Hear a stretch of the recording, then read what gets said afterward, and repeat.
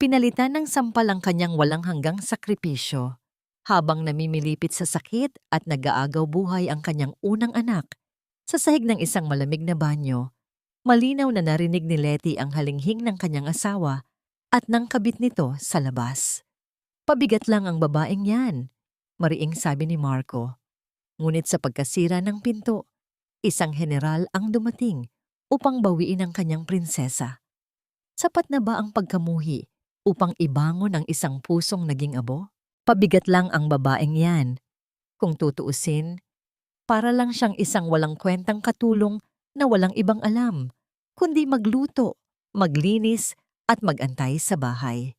Ang batang nasa sinapupunan niya ngayon, ginamit ko lang iyan para tuluyan ng tumahimik si mama at tigilan na ang pag-ungot ng apo.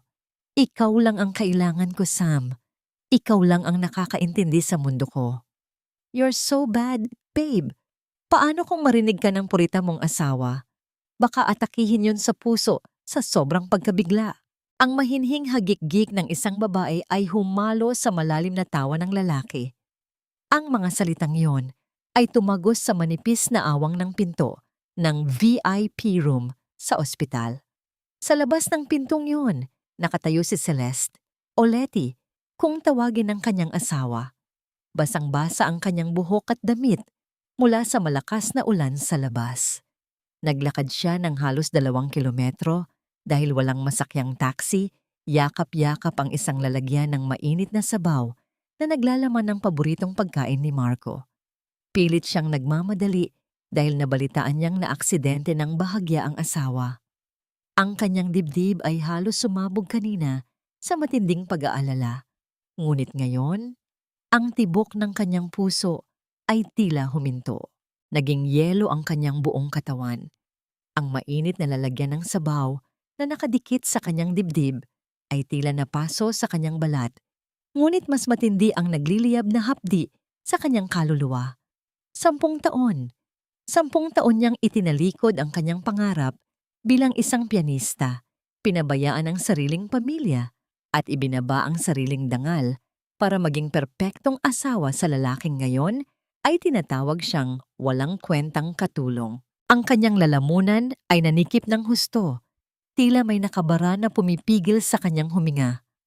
Nagsimulang manlabo ang kanyang paningin. Sa sobrang panginginig ng kanyang mga kamay, unti-unting dumulas ang hawak niyang lalagyan. Ang pagbagsak ng asero sa malamig na semento ay lumikha ng isang matalim na ingay na bumasag sa katahimikan ng pasilyo. Ang mainit na sabaw na pinaghirapan niyang iluto ay kumalat sa sahig, humalo sa mga patak ng ulan mula sa kanyang sapatos. Isang malungkot na larawan ng kanyang nasayang na pagmamahal. Mabilis na bumukas ang pinto ng kwarto. Bumungad ang mukha ni Marco, bakas ang matinding pagkagulat na mabilis na napalitan ng inis at takot. Takot hindi dahil nasaktan niya ang kanyang asawa, kundi takot na may makakita sa kanyang sikreto at masira ang kanyang perpektong imahe bilang isang respetadong negosyante. Sa likod nito ay nakita ni Letty si Samantha. Ang kinang ng mamahaling alahas nito ay tila nanunuya sa kupas na damit ni Letty.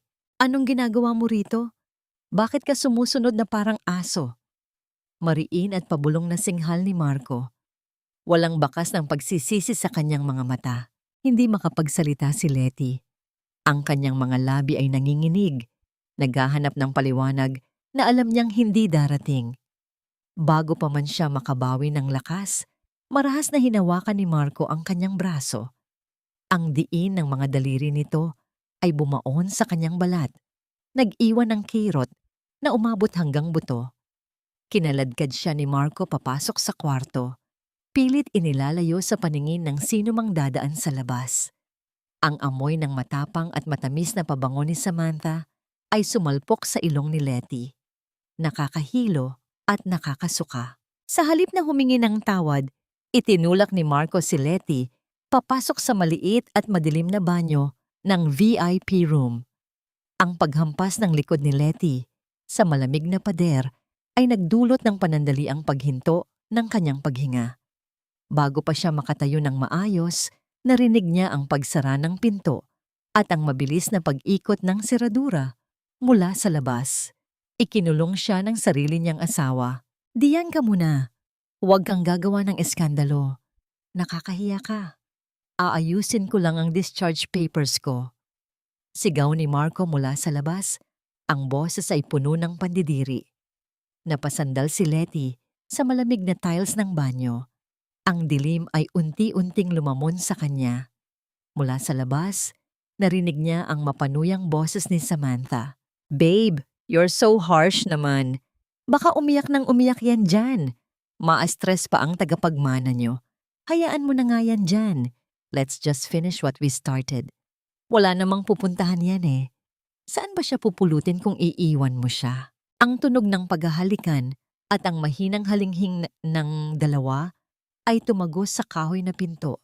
Direktang bumaon sa puso ni Letty. Sinubukan niyang takpan ang kanyang mga tainga, ngunit ang katotohanan ay masyadong maingay. At sa gitna ng kanyang tahimik na paghikbi, isang pamilyar at nakakatakot na pakiramdam ang gumapang sa kanyang ibabang bahagi. Isang matalim at pumipilipit na kirot ang sumaksak sa kanyang sinapupunan.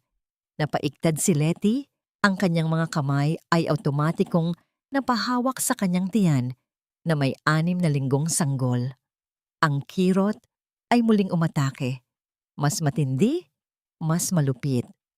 Kasabay nito ay ang pakiramdam ng isang mainit na likido na dahan-dahang dumaloy sa kanyang mga hita. Nanlaki ang mga mata ni Letty sa gitna ng dilim. Takot. Matinding takot para sa nag-iisang rason kung bakit siya nabubuhay. Sinubukan niyang sumigaw, ngunit ang kanyang lalamunan ay tila natuyo at naputol. Ang lumabas lamang ay isang paos at basag na daing. Gumapang siya palapit sa pinto. Ang kanyang mga tuhod ay nanghihina. Ginamit niya ang kanyang mga daliri, ang mga daliring minsan, nang lumikha ng pinakamagagandang musika sa grand piano upang kalmutin ang matigas na kahoy. Gusto niyang kalampagin ang pinto. Gusto niyang magmakaawa na buksan nila ito, na dalhin siya sa doktor, na iligtas ang kanyang anak. Ngunit ang lakas niya ay mabilis na nauubos kasabay ng bawat patak ng dugo na humahalo sa basang sahig ng banyo, habang ang kanyang katawan ay unti-unting nagiging manhid at ang kanyang paningin ay nilalamon ng itim na ulap. Malinaw na narinig niya ang huling tawa ni Marco sa labas. Nakahandusay sa malamig na sahig, niyakap ni Letty ang kanyang tiyan. Pilit pinoprotektahan ang isang buhay na alam niyang tahimik nang nagpapaalam. Sa huling sandali bago siya tuluyang mawalan ng malay, isang katanungan ang umalingaw-ngaw sa kanyang wasak na isipan. Paano nagawang patayin ng taong binigyan ko ng buong buhay ko ang huling piraso ng aking kaluluwa? Ang paghupa ng matinding kirot sa ibabang bahagi ng katawan ni Letty ay hindi isang biyaya, kundi isang sumpa. Nakahiga sa malamig at basang sahig ng banyo, unti-unting napagtanto ng kanyang naghihingalong diwa na ang tanging rason ng kanyang mga ngiti sa mga nakalipas na linggo ay tuluyan na siyang iniwan. Wala ng tibok, wala ng buhay. Isang mahina at basag na hikbi ang kumawala sa kanyang mga labi. Isang tunog ng pagluluksa na walang sino mang ina ang dapat makaranas. Ang luha niya ay humalo sa malamig na tubig at mainit na dugo na nakakalat sa mga paligid ng kanyang katawan. Sa labas ng pinto, ang pabulong na pag-uusap ni Marco at Samantha ay nagpatuloy, ganap, na walang pakialam sa buhay, na nagwakas sa kabilang panig ng dingding. Sa mga sandaling iyon, ang tahimik na pasilyo ng VIP ward ng ospital ay biglang napuno ng tensyon. Ang mabibigat at sunod-sunod na hakbang ng mga sapatos na gawa sa makapal na katad ay umalingaw-ngaw sa buong palapag. Ang mga nurse at doktor na nadadaanan nito ay automatikong tumabi. Nagbibigay daan sa isang matangkad at may edad na lalaking may tindig na sumisigaw ng awtoridad at kapangyarihan. Ang kanyang mga mata ay matalim, naghahanap. Nakatanggap si General Roberto Valderrama ng isang mensahe mula sa isa sa mga tauhang inatasan niyang magbantay ng palihim sa kanyang anak. May hindi tamang nangyayari. Kahit na 10 taon na silang hindi nag-uusap ng maayos ni Letty dahil sa pagpili nito kay Marco, hindi kailanman nawala ang pagiging ama niya rito. Walang pag-aalinlangan at walang kumatok. Marahas na binuksan ng general ang pinto ng kwarto ni Marco. Ang pagbukas nito ay gumulat sa 2 taong nasa loob. Mabilis na inayos ni Marco ang gusot ng kanyang polo, habang ang kanyang mukha ay nawalan ng kulay, tila nakakita ng multo. Sa likuran na niya, mabilis na nagtago si Samantha sa gilid ng malaking kurtina patungo sa balkonahe, ngunit sa kanyang matinding pag-aapura at panginginig, isang maliit na bagay ang dumulas mula sa kanyang leeg at tahimik na bumagsak sa gilid ng carpet. "General? Titito! Anong ginagawa niyo rito?" Utal at nanginginig na tanong ni Marco. Ang yabang at kalupitan niya kanina laban kay Letty ay naglaho ng parang bula, napalitan ng matinding kaba habang dahan-dahang umaatras palayo sa matalim na tingin ng matanda. Hindi sumagot ang general. Ang kanyang paningin ay bumaba sa sahig. Nakita niya ang nakakalat na sabaw at ang pamilyar na aserong lalagyan na madalas dalhin ng kanyang anak. Ang dibdib ng matandang sundalo ay nagsimulang tumibok ng mabilis dahil sa isang kutob na nagpapabigat sa kanyang paghinga. "Nasaan ang anak ko?" Malamig, ngunit nakakapanindig balahib na tanong ng general. Bawat salita ay tila patalim na nakatutok sa leeg ni Marco. "Pipo? Wala po siya rito. Baka nasa bahay lang." Hindi na natapos ni Marco ang kanyang kasinungalingan. Mabilis na humakbang ang general at ginamit ang kanyang malakas na braso upang itulak si Marco palayo. Dahilan upang mapatumba ang lalaki sa gilid ng kama. Ang atensyon ng ama ay naipako sa nakakandadong pinto ng banyo. Ang kanyang isipan ay nagdilim. Umatras siya ng isang hakbang at tinamaan ng buong lakas ang kahoy na pinto, malapit sa doorknob. Ang pagkawasak ng kahoy at pagkasira ng seradura ay naghudyat ng pagbukas ng pinto patungo sa isang eksenang habambuhay na uukit sa isipan ng isang ama. Bumagsak ang pinto. Natambad sa paningin ng general ang kanyang nag-iisang anak na babae. Si Letty, ang kanyang prinsesa na dating nagliliwanag sa entablado, ay nakahandusay ngayon na parang isang basag na manika sa gitna ng malamig at dugo ang sahig. Ang kanyang muka ay kasing puti ng papel. Ang kanyang mga mata ay nakapikit.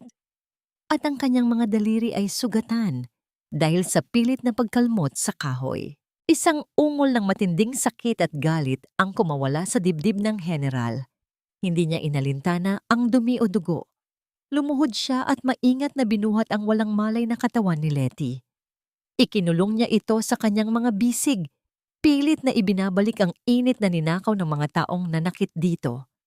Sa pagyuko ng matapang na general na humarap na sa libu-libong kalaban sa labanan nang walang takot, isang mainit na patak ng luha ang nakawala sa kanyang mga mata.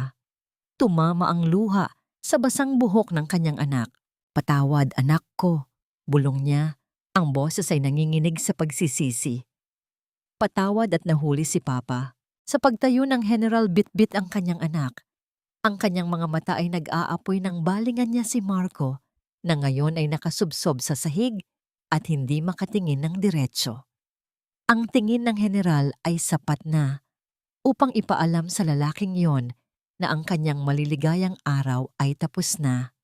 Lumabas ang general ng ospital na tila isang bagyong handang manalasa, habang ang mga tauhan niya ay mabilis na humawi ng daan upang isakay si Letty sa nag-aantay na itim na sasakyan. Sa loob ng umaandar na sasakyan, ang ulan sa labas ay patuloy na humahampas sa salamin ng bintana. Tila nakikiramay sa pagdadalamhati ng kalangitan. Yakap-yakap ng general ang kanyang anak, habang mariing nagbibigay ng utos sa kanyang tagapaglingkod na nasa unahan upang tipunin ang lahat ng kanilang puwersa at durugin ang lahat ng negosyo ng pamilya ni Marco. Gusto niyang burahin ang mga ito sa lipunan bago pa man sumikat ang araw. Ngunit sa gitna ng galit ng ama, naramdaman niya ang isang mahinang pagpisil sa kanyang kamay. Iminulat ni Letty ang kanyang mabibigat na talukap Ang kanyang mga mata ay hindi na naglalaman ng luha, kundi ng isang madilim at malalim na kawalan na tila naging bato. Papa, basag at paos na bulong ni Letty. Ang bawat pagbuka ng kanyang labi ay nangangailangan ng labis na lakas. Huwag, huwag mong patayin si Marco. Huwag mong wasakin ang kumpanya niya. Natigilan ng general. Tiningnan niya ang anak ng may pagtataka at awa. Bakit, Letty? Matapos ng ginawa niya sa'yo, sa apo ko, pinoprotektahan mo pa rin ba ang lalaking yan? Isang mapait at malamig na ngiti ang dumaan sa mga labi ni Letty. Isang nangiting hindi kailanman nakita ng kanyang ama. Hinawakan niya ng mas mahigpit ang kamay ng general. Ang kanyang tinig ay naging kasing lamig ng hangin sa labas ng sasakyan. Hindi ko siya pinoprotektahan, Papa. Gusto kong mabuhay siya ng matagal. At manood habang ako mismo ang unti-unting kukuha ng lahat ng ipinagmamalaki niya. Hanggang sa siya mismo ang magmakaawa na tapusin mo ang buhay niya. Ang maliliit na patak ng ulan sa salamin ng bintana ay tila mga luhang tumangging pumatak mula sa mga mata ni Letty. Isang araw, matapos ang malagim na trahedya sa malamig na banyo, nakaupo siya sa gilid ng kama ng isang mahigpit na binabantayang kwarto sa ospital. Ang kanyang muka ay walang emosyon. Ang kanyang paningin ay nakapako sa makapal na ulap sa labas. Ang tahimik na pagmumuni-muni ay binasag ng biglaang pagbukas ng pinto.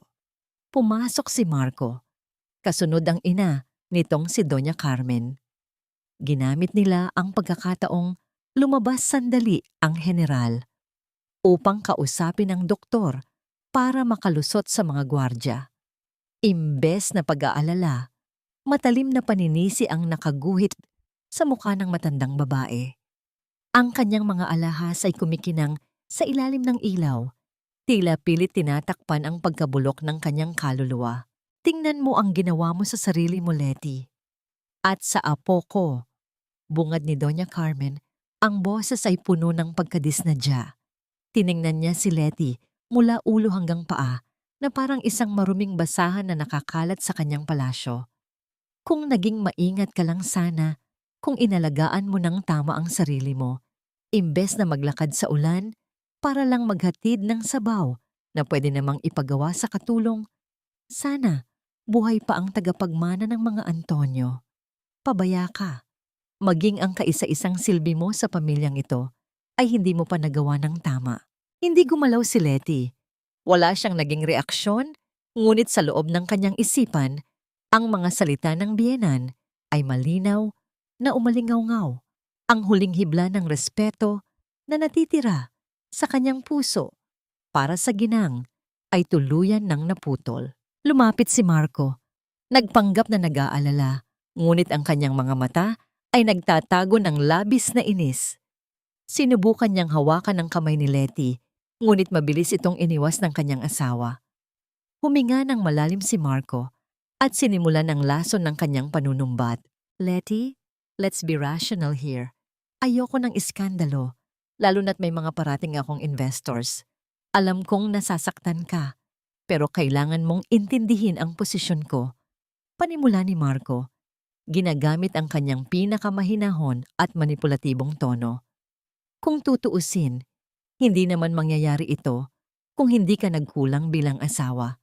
Tingnan mo nga ang sarili mo sa salamin. Kailan ka ba huling nag-ayos? Kailan ka huling nakipag-usap sa akin tungkol sa mga bagay na mahalaga sa negosyo? You let yourself go. Naging pabigat ka. Naging nakakabagot ka kasama. Ang pressure sa trabaho ay pilit kong binubuhat mag-isa, kaya natural lang na maghanap ako ng pahinga sa iba. Ginawa ko yon para hindi ako mabaliw, para mabuhay pa rin ang pamilyang ito. Kung marunong ka lang sanang mag-alaga, hindi ako titingin kay Sam. Ang bawat salita ni Marco ay isang perpektong halimbawa ng pagbabaligtad ng katotohanan. Ibinunton niya ang kasalanan ng kanyang pagtataksil sa balikat ng babaeng nag-alay ng buong kabataan upang alagaan siya. Sa mga sandaling iyon, tila nagising ang kaluluwa ni Letty mula sa isang mahabang panaginip. Tiningnan niya ang mag-ina. Nakita niya ang tunay nilang anyo, mga linta na sumipsip sa kanyang pangarap at pag-ibig. At ngayon ay sinisisi siya dahil wala na siyang dugong maibigay. Dahan-dahang itinaas ni Letty ang kanyang nanginginig na kaliwang kamay. Ang kanyang paningin ay dumapo sa gintong singsing na nakasuot sa kanyang palasingsingan. 10 taon niya itong suot. 10 taon siyang naniwala sa utang na loob at sumpaan. Hinawakan niya ito at sa isang marahan, ngunit determinadong galaw, hinugot niya ang singsing. Nag-iwan ito ng isang maputlang marka sa kanyang balat, patunay ng mahabang panahon ng pagkakakulong. Hindi niya ito ibinato kay Marco. Hindi siya sumigaw o nagwala dahil ang galit ay para lamang sa mga taong may halaga pa.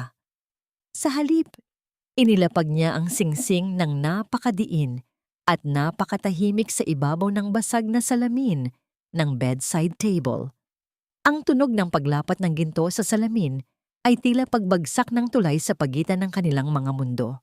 Tapos na tayo. Mahinang ngunit matatag na sambit ni Letty. Ang kanyang boses ay walang panginginig, walang luha.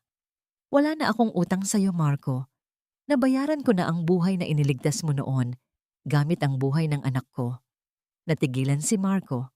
Ang malamig na aura ni Letty ay nagbigay ng kilabot sa kanyang gulugod. Sanay siyang nagmamakaawa ang asawa, sanay siyang lumuluha ito at nagpaparaya.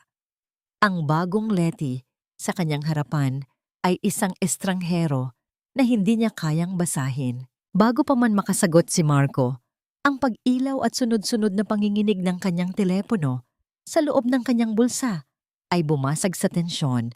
Kinuha niya ito at nang mabasa ang pangalan ng kanyang bank manager sa screen, mabilis niya itong sinagot. Ano? Paanong nangyari iyon? Ang boses ni Marco ay biglang tumaas. Ang kanyang mga mata ay nanlaki sa matinding gulat at takot. Sino ang nag-withdraw ng ganoong kalaking halaga? Mula sa corporate funds ng walang pirma ko? Imposible iyan. Habang namimilipit sa panibagong problema, ang lalaking nanakit sa kanya at patuloy na nagrereklamo si Doña Carmen, dahan-dahang tumayo si Letty mula sa kama. Binalot niya ang kanyang sarili ng isang makapal na itim na coat na iniwan ng kanyang ama. Wala siyang dinalang kahit anong gamit na binili mula sa pera ni Marco. Naglakad siya palabas ng kwarto, hindi lumilingon sa kaguluhang iniwan niya. Ang mga gwardya ng kanyang ama sa labas ay magalang na yumuko at sumunod sa kanya. Paglabas nila ng gusali ng ospital, ang ulan ay patuloy na bumubuhos ng malakas. Hinayaan ni Letty na tumama ang malamig na hangin at ulan sa kanyang mukha. Tila hinuhugasan nito ang natitirang dumi at pait mula sa kanyang nakaraan. Malaya na siya sa hawlan ng kasinungalingan, ngunit habang nakatingin siya sa mahaba at madilim na kalsada na pinalabo ng bagyo, isang mabigat na tanong ang sumilay sa kanyang isipan. Saan magsisimula ang isang taong nawalan ng lahat? Ang malaking kwarto sa loob ng mansyon ng mga Valderrama ay tila naging isang mamahaling kabaong para kay Letty. Lumipas ang 3 linggo simula nang iwan niya ang ospital, ngunit ang kanyang kaluluwa ay tila naiwan sa malamig at dugo ang sahig ng banyong iyon. Pisikal na naghilom ang kanyang katawan, nakakakain na siya ng kaunti, ngunit ang kanyang mga mata ay nanatiling nakatitig sa kawalan. Walang luha, walang galit, tanging isang nakakabinging katahimikan ang bumabalot sa kanyang pagkatao. Tiningnan niya ang kanyang mga kamay. Walang singsing, walang hawak na pangarap, walang buhay na inaalagaan. Ang lahat ng rason niya para gumising tuwing umaga ay naging abo. Isang makulimlim na hapon, habang ang mga gwardya ng kanyang ama ay nagpapalit ng shift, tahimik na lumabas ng gate si Letty. Wala siyang dalang payong, walang direksyon, at walang pakialam kung saan siya dadalhin ng kanyang mga paa. Ang kalangitan ay kulay abo. Nagbabadyang bumuhos ang isa na namang malakas na ulan, tila nakikiramay sa kanyang walang hanggang pagluluksa. Naglakad siya ng naglakad, tinatakasan ang mga alaala ng malaking bahay hanggang sa dinala siya ng kanyang mga hakbang sa isang lumang eskinita na hindi pamilyar, malayo sa maingay at magulong parte ng syudad. Huminto siya sa tapat ng isang lumang tindahan na may malaking salamin sa harapan. Ang mahinang amoy ng pinakuluang kape, lumang kahoy at barnis ay humaplos sa kanyang ilong mula sa siwang ng pinto. Sa loob, sa ilalim ng isang dilaw at malabong bumbilya, may isang lalaking nakatalikod. Maingat nitong nililinis at inaayos ang mga panloob na kwerdas ng isang wasak na grand piano. Bawat galaw ng lalaki ay puno ng pag-iingat at mataas na respeto sa instrumento.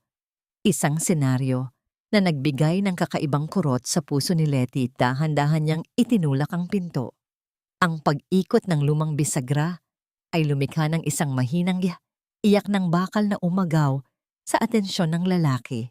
Lumingon ang lalaki.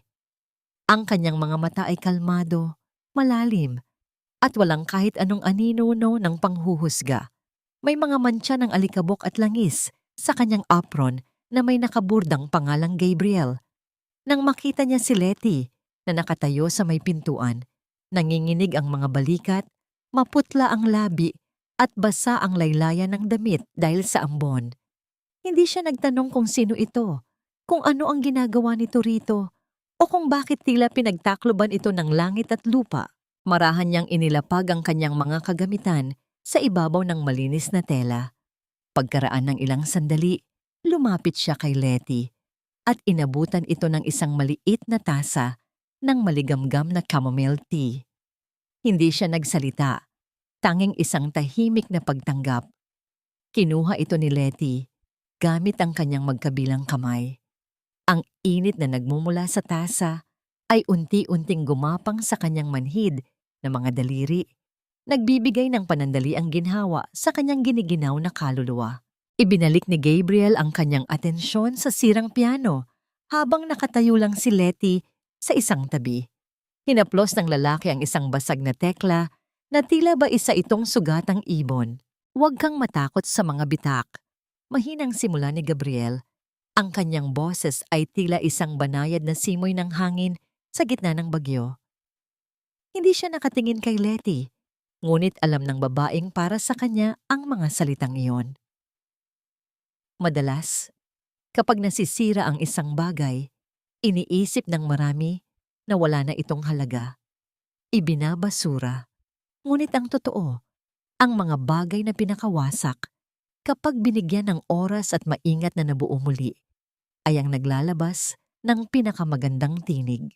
Ang mga salitang iyon ay tumagos sa pusong bato ni Letty. Sa loob ng 10 taon, pinaramdam sa kanya ni Marco at ng biyenan niya na kapag nagkamali siya, pabigat na siya.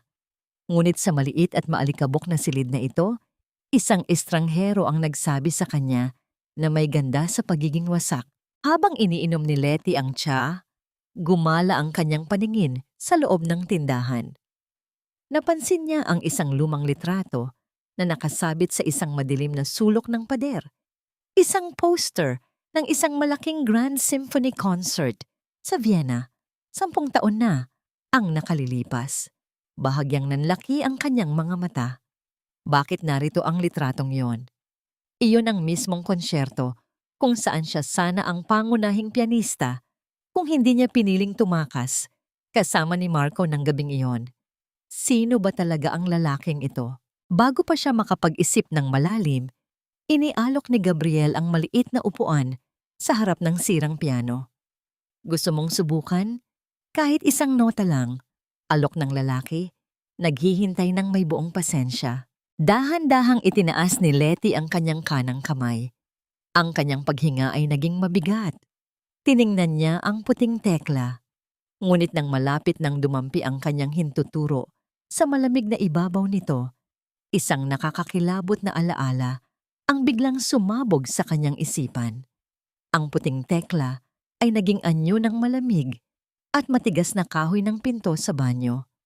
Bumalik sa kanyang pandinig ang sarili niyang mga iyak, ang pakiramdam ng kanyang mga kuko na nagkakamot sa kawalan at ang dugong dumadaloy sa kanyang mga binti habang nagmamakaawa siya sa asawang nagtataksil sa labas. Nanlaki ang mga mata ni Letty. Nanginig ng matindi ang kanyang buong katawan. Nabitawan niya ang tasa ng tsaa at ang pagbagsak nito sa sahig ay naglikha ng kalat ng basag na porselana at maligamgam na tubig. Mabilis siyang umatras palayo sa piano. Hawak-hawak ang kanyang sariling dibdib habang ang matinding takot at trauma ay muling lumamon sa kanyang paghinga. Hindi nakatulog si Letty ng gabing iyon. Ang mga salita ni Gabriel tungkol sa kagandahan ng mga bagay na muling nabuo ay tila isang paulit-ulit na himig na sumasayaw sa kanyang isipan. Sa kabila ng takot at panginginig na naramdaman niya sa harap ng piano, may isang maliit na bahagi ng kanyang puso na pilit na humihila sa kanya pabalik sa maliit at maalikabok na tindahang yon. Kinabukasan, sa ilalim ng bahagyang sikat ng araw na sumisilip sa pagitan ng mga ulap, muling natagpuan ni Letty ang kanyang sarili sa tapat ng pintuan ni Gabriel. Dala-dala niya ang isang munting supot ng pandesal, isang tahimik na paraan ng paghingi ng paumanhin sa nabasag na tasa kahapon. Pagpasok niya, nakita niyang maingat na nililinis ni Gabriel ang mga piraso ng porselana sa sahig. Nang mapansin ng lalaki ang kanyang presensya, isang maliit at tapat na ngiti ang sumilay sa mga labi nito. Walang bakas ng pagkainis o pagtataka sa kanyang mga mata. Sa halip, kinuha ni Gabriel ang dalang pagkain ni Letty at inaya siyang maupo malapit sa isang bintana kung saan pumapasok ang preskong hangin. "Huwag kang magmadali," mahinang sabi ni Gabriel habang inilalapag ang 2 baso ng tubig sa lamesa. Ang sugat na malalim ay hindi naghihilom sa loob ng isang gabi. Minsan, kailangan mo lang itong hayaang huminga bago mo subukang hawakan muli. Sa halip na pilitin siyang tumugtog, inabutan ni Gabriel si Letty ng isang malambot at malinis na telang microfiber. Itinuro niya ang isang lumang upright piano sa sulok na balot ng makapal na alikabok. Sa loob ng ilang oras, ang tanging ginawa ni Letty ay linisin ang bawat sulok ng kahoy, ang bawat puti at itim na tekla, at ang mga binti ng instrumento. Ito ay isang proseso na tila ba dahan-dahan ding naglilinis sa kanyang sariling gunita. Bawat hagod ng tela ay tila nagtatanggal ng bahagi ng sakit, ng alikabok ng nakaraan na nagpabigat sa kanyang buhay, sa piling ni Marco. Sa kalagitnaan ng kanyang paglilinis, lumapit si Gabriel upang tulungan siyang abutin ang pinakamataas na bahagi ng piano. Sa hindi inaasahang pagkakataon, ang mga daliri ni Gabriel ay marahang dumampi sa likod ng kamay ni Letty habang kapwa nila hinahawakan ang telang pambura. Isang kakaibang kuryente ng init at seguridad ang naramdaman ni Letty. Isang pakiramdam na matagal nang nawala sa kanya. Hindi ito tulad ng marahas at possessive na hawak ni Marco. Ang hawak ni Gabriel ay puno ng pag-iingat. Tila ba natatakot itong makabasag ng isang mamahaling kristal. Nagkatinginan sila sa loob ng ilang segundo at sa gitna ng katahimikan ng tindahan, naramdaman ni Letty na sa unang pagkakataon, hindi siya tinitingnan bilang isang biktima, kundi bilang isang tao. "Ang iyong mga kamay," bulong ni Gabriel. Ang kanyang boses ay tila isang mahinang haplos sa kaluluwa ni Letty. Ang mga ito ay nilikha para sa musika, hindi para sa pagdadalamhati. Dahan-dahang binitiwan ni Gabriel ang kanyang kamay, ngunit ang init nito ay nanatili sa balat ni Letty.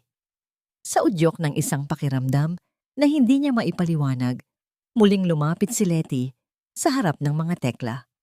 Ipinikit niya ang kanyang mga mata, pilit na ibinabaon ang imahe ng malamig na banyo sa pinakamalalim na bahagi ng kanyang isip. Sa halip, ang iniisip niya ay ang banayad na sikat ng araw at ang amoy ng kape sa tindahan ni Gabriel. Gamit ang kanyang kanang kamay, dahan-dahang pinindot ni Letty ang 3 tekla ng sabay-sabay upang lumikha ng isang maaliwalas na C major chord. Ang tunog na lumabas sa piano ay tila isang malalim na buntong hininga na matagal nang nakakulong sa loob ng instrumento. Ang alingaw-ngaw nito ay tumagos sa bawat sulok ng silid, humahalik sa kanyang mga pandinig, at nagpapanginig sa kanyang buong pagkatao. Kasabay ng pagtunog ng piano ay ang pagpatak ng isang mainit na luha mula sa mata ni Letty. Hindi ito luha ng pait, kundi luha ng paglaya. Sa unang pagkakataon, matapos ang 10 taon ng pananahimik at pagpaparaya, muling narinig ni Letty ang sarili niyang tinig sa pamamagitan ng musika. Ang bawat nota ay tila nagsasabing buhay pa siya, na mayroon pa siyang halaga, at ang kanyang kwento ay hindi pa natatapos sa gitna ng trahedya. Habang nakatayo sa tabi niya, hindi lumapit si Gabriel upang patahimikin siya. Sa halip, kinuha nito ang isang malinis na panyo at marahang inilapag sa ibabaw ng piano cover bago ito tumalikod at nagpatuloy sa pag-aayos ng kwerdas sa kabilang bahagi ng silid. Binigyan niya si Letty ng espasyo upang umiyak, upang magluksa, at upang mahanap ang kanyang sarili sa gitna ng bawat himig. Nasa gitna ng emosyonal na sandaling ito, si Letty nang ang pintuan ng tindahan ay muling bumukas. Ang pagpasok ng isang lalaking nakasuit at may dalang mamahaling briefcase ay bumasag sa kapayapaan. Ang lalaki ay isang kilalang music producer mula sa Europa na matagal ng kliyente ni Gabriel. Huminto ang lalaki sa gitna ng silid.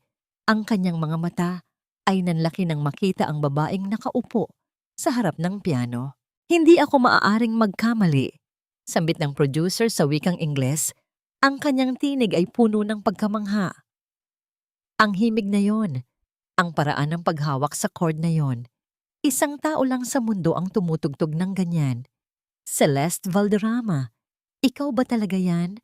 Ang nawawalang henyo ng Vienna, ang dating mapayapa at marangyang mansyon ng pamilya Antonio ay tila naging isang masukal na kagubatan ng alitan at sama ng loob.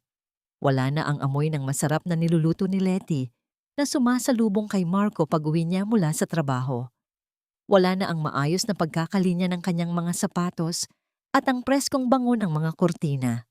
Sa halip, ang bumubungad sa kanya ay ang alingas-ngas ng sigawan na nagmumula sa sala, humahalo sa amoy ng napanis na pagkain sa lamesa na hindi nalinis ng mga bagong katulong na walang pakialam. Huwag mo akong ituro-turo ng ganyan, Carmen. Hindi ako si Letty na sunod-sunuran sa bawat kumpas ng kamay mo. Ang matalim na boses ni Samantha ay umalingaw-ngaw sa buong bahay. Nakatayo siya sa gitna ng sala. Ang kanyang mga kamay ay nasa baywang habang nakaharap kay Doña Carmen na nanginginig sa galit. Kasuklam-suklam ka! Ganti ng matandang babae. Ang kanyang mukha ay pulang-pula habang nakaturo ang daliri sa mga designer bags na nakakalat sa sofa. Wala kang ibang alam kundi lustayin ang pera ng anak ko. 1 buwan ka pa lang dito, pero mas malaki pa ang nagastos mo kaysa sa 10 taon ni Letty sa bahay na ito. At ang masama pa, wala ka man lang respeto sa akin na ina ng lalaking nagpapakain sa'yo. Respect? You earn respect. You don't demand it. Panggungot yan ni Sam, ang kanyang tawa ay puno ng insulto. Kung gusto mo ng katulong, mag-hire ka. Hindi ako pumasok dito para pagsilbihan ng isang matandang laging masama ang timpla. And for your information, kung hindi dahil sa akin, baka hanggang ngayon ay nakakulong pa rin si Marco sa isang boring na buhay kasama ang tuyot niyang asawa. Pumasok si Marco sa eksena, bit-bit ang kanyang briefcase at ang bigat ng isang mahabang araw sa opisina. Ang kanyang mga balikat ay nakalaylay. Ang kanyang mga mata ay may malalalim na itim na bilog sa ilalim dahil sa puyat. Ang kumpanya ay unti-unting nakakaranas ng krisis. Mga investors na biglang naging mailap at mga bangkong nagpapadala ng mga abiso ng huling babala. Tumigil na kayo. Hindi ba pwedeng kahit isang gabi lang ay magkaroon ng katahimikan sa bahay na ito? Sigaw ni Marco. Ang kanyang boses ay puno ng pagod at desperasyon. Imbes na damayan siya, hinarap siya ni Samantha. Marco, look at your mother. Pinagsasalitaan niya ako ng masama dahil lang bumili ako ng ilang pirasong gamit. Akala ko ba ay wala tayong problema sa pera? Bakit pati ang credit card ko ay biglang hindi gumana kanina sa mall? Nanigas si Marco. Hindi niya masabi na kailangan niyang limitahan ang gastos dahil sa krisis na kinakaharap. Tinalikuran niya ang dalawang babae at dumiretso sa kusina para uminom ng tubig. Ngunit nang buksan niya ang refrigerator, ang tanging nakita niya ay mga tirang pagkain mula sa fast food at mga botelya ng alak. Walang mainit na sabaw, walang prutas na maayos na nahiwa. Sa isang udyok ng pangungulila na hindi niya maamin sa sarili, binuksan ni Marco ang isang maliit na cabinet sa dulo ng lababo. Doon, sa isang madilim na sulok, nakita niya ang isang lumang apron na may munting borda ng bulaklak, ang huling bakas ng pag-aalaga ni Letty na nakalimutang itapon ng mga katulong. Maingat itong nakatupi, malinis, at tila naghihintay pa rin na isuot ng may-ari nito. Sa loob ng ilang segundo, tila naramdaman ni Marco ang presensya ni Letty, ang tahimik nitong pag-asikaso, ang banayad nitong boses, at ang wagas nitong pagmamahal na itinapon niya sa putikan para sa isang panandaliang aliw. Isang matinding pait ng pagsisisi ang dumaan sa kanyang lalamunan. Kinuha niya ang kanyang telepono at mabilis na hinanap ang numero ni Letty. Ilang linggo na rin siyang hindi nakakatulog ng maayos. Palaging naiisip ang huling hitsura ni Letty sa ospital. Ang mga matang puno ng itim na kawalan. Pinindot niya ang dial. Inilapit niya ang telepono sa kanyang tainga. Umaasang marinig ang boses ng babaeng dati ay palaging sumasagot sa unang ring pa lang. Ngunit ang tanging sumagot sa kanya ay ang malamig at mekanikal na boses ng operator. The subscriber cannot be reached. Please try again later. Ang bawat segundo ng katahimikan pagkatapos ng mensaheng iyon ay tila isang hampas ng katotohanan sa kanyang mukha. Binura na siya ni Letty sa buhay nito. Hindi na siya maabot ng kanyang mga salita, ng kanyang mga kasinungalingan, o kahit ng kanyang mga pagmamakaawa. Bumalik siya sa sala, kung saan patuloy pa rin ang pagtatalo ni na Samantha at Doña Carmen. Ang ingay nila ay tila mga bubuyog na sumasaksak sa kanyang sentido. Sa gitna ng kaguluhang ito, isang mahinang tunog ng paglapag ng isang sulat sa mail slot ng kanilang pinto ang umagaw sa kanyang pansin. Lumapit si Marco at pinulot ang isang itim na sobre na may marangyang gintong selyo. Binuksan niya ito nang may nanginginig na mga kamay. Isa itong eksklusibong imbitasyon para sa Grand Symphony Concert sa susunod na buwan, ang pinakamalaking kaganapan sa mundo ng sining at negosyo sa bansa. Ayon sa sulat, ang gabing iyon ay inilaan para sa pagbabalik ng isang misteryosong pianista na tinatawag nilang ang Puting Sisne. Higit sa lahat, nakasaad sa ibaba ng imbitasyon na ang lahat ng mga bilyonaryong investors na kailangan ni Marco upang maisalba ang kanyang kumpanya ay naroroon sa gabing iyon. Ito na ang kanyang huling pagkakataon. Kailangan niyang makapasok sa gabing iyon. Kailangan niyang makuha ang tiwala ng mga taong iyon. Ngunit habang tinititigan niya ang gintong letra sa imbitasyon, isang hindi maipaliwanag na kaba ang bumalot sa kanyang puso. Tila may isang madilim na anino na nag-aantay sa kanya sa likod ng telon ng gabing iyon. Isang pagsingil na hindi niya matatatakasan. Sa loob ng maliit na silid ni Gabriel, ang hangin ay tila naging mabigat sa halo-halong emosyon ng pagkagulat at pag-asa. Nanatiling nakatitig si Mr. Harrison, ang tanyag na producer, kay Letty na tila ba nakakita siya ng isang milagro. Para sa mundo ng musika, si Celeste Valderrama ay isang alamat na biglang naglaho, isang bituin na namatay bago pa man marating ang rurok ng kanyang liwanag. Mr. Harrison, pasensya na. Ngunit nagkakamali kayo. Mahinang tugon ni Letty. Ang kanyang mga mata ay mabilis na bumaba sa kanyang mga kamay na nakapatong sa kandungan. Ang pianistang tinutukoy ninyo ay matagal na ring namatay kasama ng kanyang mga pangarap. Hindi, Celeste. Ang musika ay hindi marunong magsinungaling. Giit ni Mr. Harrison, ang kanyang boses ay puno ng pakiusap. Ang paraan ng pagpindot mo sa mga tekla, ang kaluluwang inilalagay mo sa bawat nota, Ikaw lang ang may kayang gumawa niyan. 10 taon kaming hanap sa'yo. Ang buong mundo ay nag-aantay sa pagbabalik mo. Tumingin si Letty kay Gabriel, tila humihingi ng tulong sa gitna ng naglalaban ng damdamin sa kanyang dibdib. Lumapit si Gabriel, hindi upang itulak siya sa desisyong hindi pa siya handa, kundi upang magbigay ng sandigan. Inilapag ni Gabriel ang kanyang kamay sa sandalan ng upuan ni Letty, isang simpleng galaw na nagparamdam sa babae na hindi siya nag-iisa. Ang desisyon ay nasa iyo, Letty, bulong ni Gabriel. Ang kanyang tinig ay sapat lamang para marinig nito. Hindi mo kailangang maging si Celeste Valderrama para sa kanila. Maaari kang tumugtog para sa sarili mo, para sa bata, para sa katahimikang matagal nang ninakaw sa iyo. Ang pagbanggit ni Gabriel sa kanyang anak ay tila isang malakas na hampas ng katotohanan. Naisip ni Letty ang lahat ng pang-aalipusta ni Marco at ng biyenan niya. Naisip niya ang bawat gabi na umiyak siya habang naglilinis ng bahay, naniniwalang wala na siyang ibang halaga. Isang apoy ng determinasyon na matagal nang naging abo ang muling nagliyab sa kanyang mga mata. Tutungtog ako, sabi ni Letty. Ang kanyang tinig ay naging matatag at malamig. Lumingon siya kay Mr. Harrison. Ngunit sa isang kondisyon, walang makakaalam ng tunay kong pagkakakilanlan hanggang sa huling sandali ng konsyerto. Tatawagin ninyo akong ang puting sisne at gusto ko ang lahat ng pinakamalalaking pangalan sa mundo ng negosyo ay naroroon sa gabing iyon.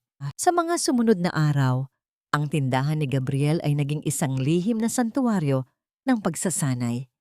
Mula madaling araw hanggang malalim na gabi, ang bawat sulok ng silid ay napuno ng nakakabighaning himig ng piano. Hindi naging madali ang lahat. Ang mga daliri ni Letty, na matagal na naging manhid sa gawaing bahay, ay namaga at nagkapaltos. Ang bawat nota ay nangangailangan ng labis na lakas at konsentrasyon. Isang gabi, matapos ang 8 oras na walang humpay na pagsasanay, napayuko si Letty sa ibabaw ng piano. Ang kanyang katawan ay nanginginig sa pagod. Kaagad na lumapit si Gabriel, dala ang isang mangkok ng maligamgam na tubig na may mga talulot ng rosas at mahahalagang langis. Hinto muna, Letty, marang sabi ni Gabriel. Lumuhod siya sa tabi nito at maingat na kinuha ang mga kamay ng babae upang ilubog sa tubig. Ang init ng tubig at ang banayad na haplos ng mga kamay ni Gabriel habang minamasahe ang kanyang mga daliri ay nagdulot ng isang matinding kilig at ginhawa kay Letty. Ang bawat pagpisil ni Gabriel ay tila nagtatanggal ng pagod, hindi lamang sa kanyang mga kalamnan, kundi pati na rin sa kanyang puso. Nagkatinginan sila at sa ilalim ng malamlam na ilaw ng lampara, nakita ni Letty ang purong paghanga at pag-aalaga sa mga mata ng lalaki. Bakit mo ito ginagawa para sa akin, Gabriel? Tanong ni Letty. Ang kanyang boses ay tila isang bulong sa hangin. Isang hamak na babaeng wasak at walang maibabalik sa iyo. Itinigil ni Gabriel ang pagmamasahe at tinitigan siya ng diretso sa mga mata. Dahil ang isang obra maestra na tulad mo ay hindi nararapat na mabulok sa dilim. At dahil simula nang pumasok ka sa tindahang ito, nahanap din ng sarili kong buhay ang nawawala nitong himig. Hindi nakasagot si Letty, ngunit ang marahang pagpisil niya sa kamay ni Gabriel ay sapat na upang iparating ang kanyang pasasalamat at ang umuusbong na damdamin na mas malalim pa sa pagkakaibigan. Habang nagaganap ang lahat ng ito sa loob ng syudad, sa kabilang bahagi ng syudad, si Marco ay lalong nalulunod sa krisis. Ang mga creditors ay nagsimula nang kumatok sa kanyang pintuan. Sa kanyang opisina, habang binubuksan ng social media, isang teaser video para sa Grand Symphony Concert ang dumaan sa kanyang screen. Ang video ay nagpapakita lamang ng isang malabong figura ng isang babaeng nakasuot ng puting gown, nakaupo sa harap ng isang nagniningning na piano. Ang background music ay isang masalimuot at madamdaming piyesa na tila pamilyar sa pandinig ni Marco. Isang malamig na pawis ang dumaloy sa kanyang noo. Ang paraan ng paggalaw ng mga balikat ng pianista sa video ay tila nagpapaalala sa kanya ng isang anino mula sa kanyang nakaraan. Isang aninong matagal na niyang inakalang patay at nakalimutan na. Ang bawat palto sa dulo ng kanyang mga daliri ay hindi na simbolo ng pagod sa paglilinis ng maruming sahig ng mga Antonio. Ngayon, ang mga sugat na ito ay naging mga medalya ng kanyang muling pagkabuhay. Sa loob ng siyongda ni Gabriel, ang hangin ay naging saksi sa bawat butil ng pawis at bawat emosyong ibinuhos ni Letty sa mga kwerdas ng piano. Hindi na siya ang babaeng nakayuko sa dilim. Siya na ang puting sisne na nag-aayos ng kanyang mga pakpak bago ang huling paglipad. Habang nag-e-ensayo si Letty, ang kanyang gunita ay biglang bumalik sa isang hapon. 3 taon na ang nakalilipas. Naalala niya kung paano siya pinagalitan ni Doña Carmen dahil lamang sa hindi pagkakaplansa ng maayos sa laylayan ng isang panyo. Walang kwenta ang paulit-ulit na salitang ibinabato sa kanya noon. Ngunit ngayon, habang pinatutunog niya ang isang masalimuot na piyesa ni Chopin, ang bawat nota ay tila isang pagsagot sa lahat ng mga pang-aalipustang yon. Ang bawat mabilis na paggalaw ng kanyang mga kamay ay isang deklarasyon ng kanyang kalayaan. Sa kabilang panig ng lungsod, sa loob ng isang madilim na opisina, si Marco ay parang isang leon na nakakulong sa hawla. Ang kanyang mesa ay puno ng mga demand letter at mga abiso ng foreclosure. Ang kumpanyang itinayo niya gamit ang pawis at pangarap ni Letty ay naghihingalo na. Babe, kailangan natin ng pera para sa down payment ng bagong kondo. Hindi na ako komportable sa bahay niyo, palaging mainit ang ulo ng mami mo. Reklamo ni Samantha habang pumasok sa opisina. Hindi man lang napapansin ang tumpok ng mga bayarin sa harap ni Marco. Pera na naman, Sam. Wala ka na bang ibang alam sabihin kundi pera? Singhal ni Marco. Ang kanyang boses ay puno ng puot. Hindi mo ba nakikita? Malubog na tayo. At ikaw, wala kang ibang ginawa kundi bumili ng mga bagay na hindi naman natin kailangan. Wow, Marco! Ngayon ay isinisisi mo sa akin? Banat ni Sam, ang kanyang boses ay tumaas at naging matalim. Noong nililigawan mo ako, sabi mo ay ibibigay mo ang buong mundo sa akin. Sabi mo ay mas kaya mong buhayin ang isang reynang tulad ko kaysa sa boring mong asawa. Ngayon, naghihirap ka lang, nagrereklamo ka na? Napapikit si Marco sa sakit ng ulo. Ang bawat salita ni Sam ay tila mga karayom na tumutusok sa kanyang pride. Sa sandaling iyon, hindi niya mapigilang ikumpara si Sam kay Letty. Si Letty, na kahit kailan ay hindi humingi ng kahit ano. Si Letty, na palaging nagtitipid para lang magkaroon siya ng pondo sa negosyo. Ngunit huli na ang lahat para sa pagsisisi. Bumalik ang eksena sa tindahan ni Gabriel. Ang gabi ay malalim na at tanging ang malambot na ilaw mula sa lampara ang nagbibigay ng liwanag sa silid. Huminto si Letty sa pagtugtog at tiningnan ang kanyang mga kamay. Lumapit si Gabriel, dala ang isang itim na velvet box. Para sa'yo. Mahinang sabi ni Gabriel. Binuksan niya ang kahon upang ipakita ang isang pares ng hikaw na gawa sa perlas at diamante. Simple ngunit napaka-elegante. Isang paalala na ang tunay na kagandahan ay nanggagaling sa kailaliman ng dagat pagkatapos ng mahabang panahon ng pagtitiis sa loob ng isang saradong kabibe. Dahan-dahang kinuha ni Gabriel ang isang hikaw at lumapit kay Letty. Ang distansya sa pagitan nila ay naging napakaliit. Naramdaman ni Letty ang mainit na hininga ni Gabriel sa kanyang pisngi. Ang bawat paggalaw ng lalaki ay puno ng paggalang at pagsamba. Nang isuot ni Gabriel ang hikaw sa tainga ni Letty, ang kanyang mga daliri ay bahagyang dumampi sa malambot na balat ng babae. Isang matinding kuryente ng emosyon ang dumaloy sa kanilang dalawa. Isang tahimik na pangako ng proteksyon at pag-ibig. Salamat, Gabriel. Sa lahat, bulong ni Letty, ang kanyang mga mata ay nagniningning sa ilalim ng ilaw. Gawin mo ito hindi para sa galit, kundi para sa iyong sarili.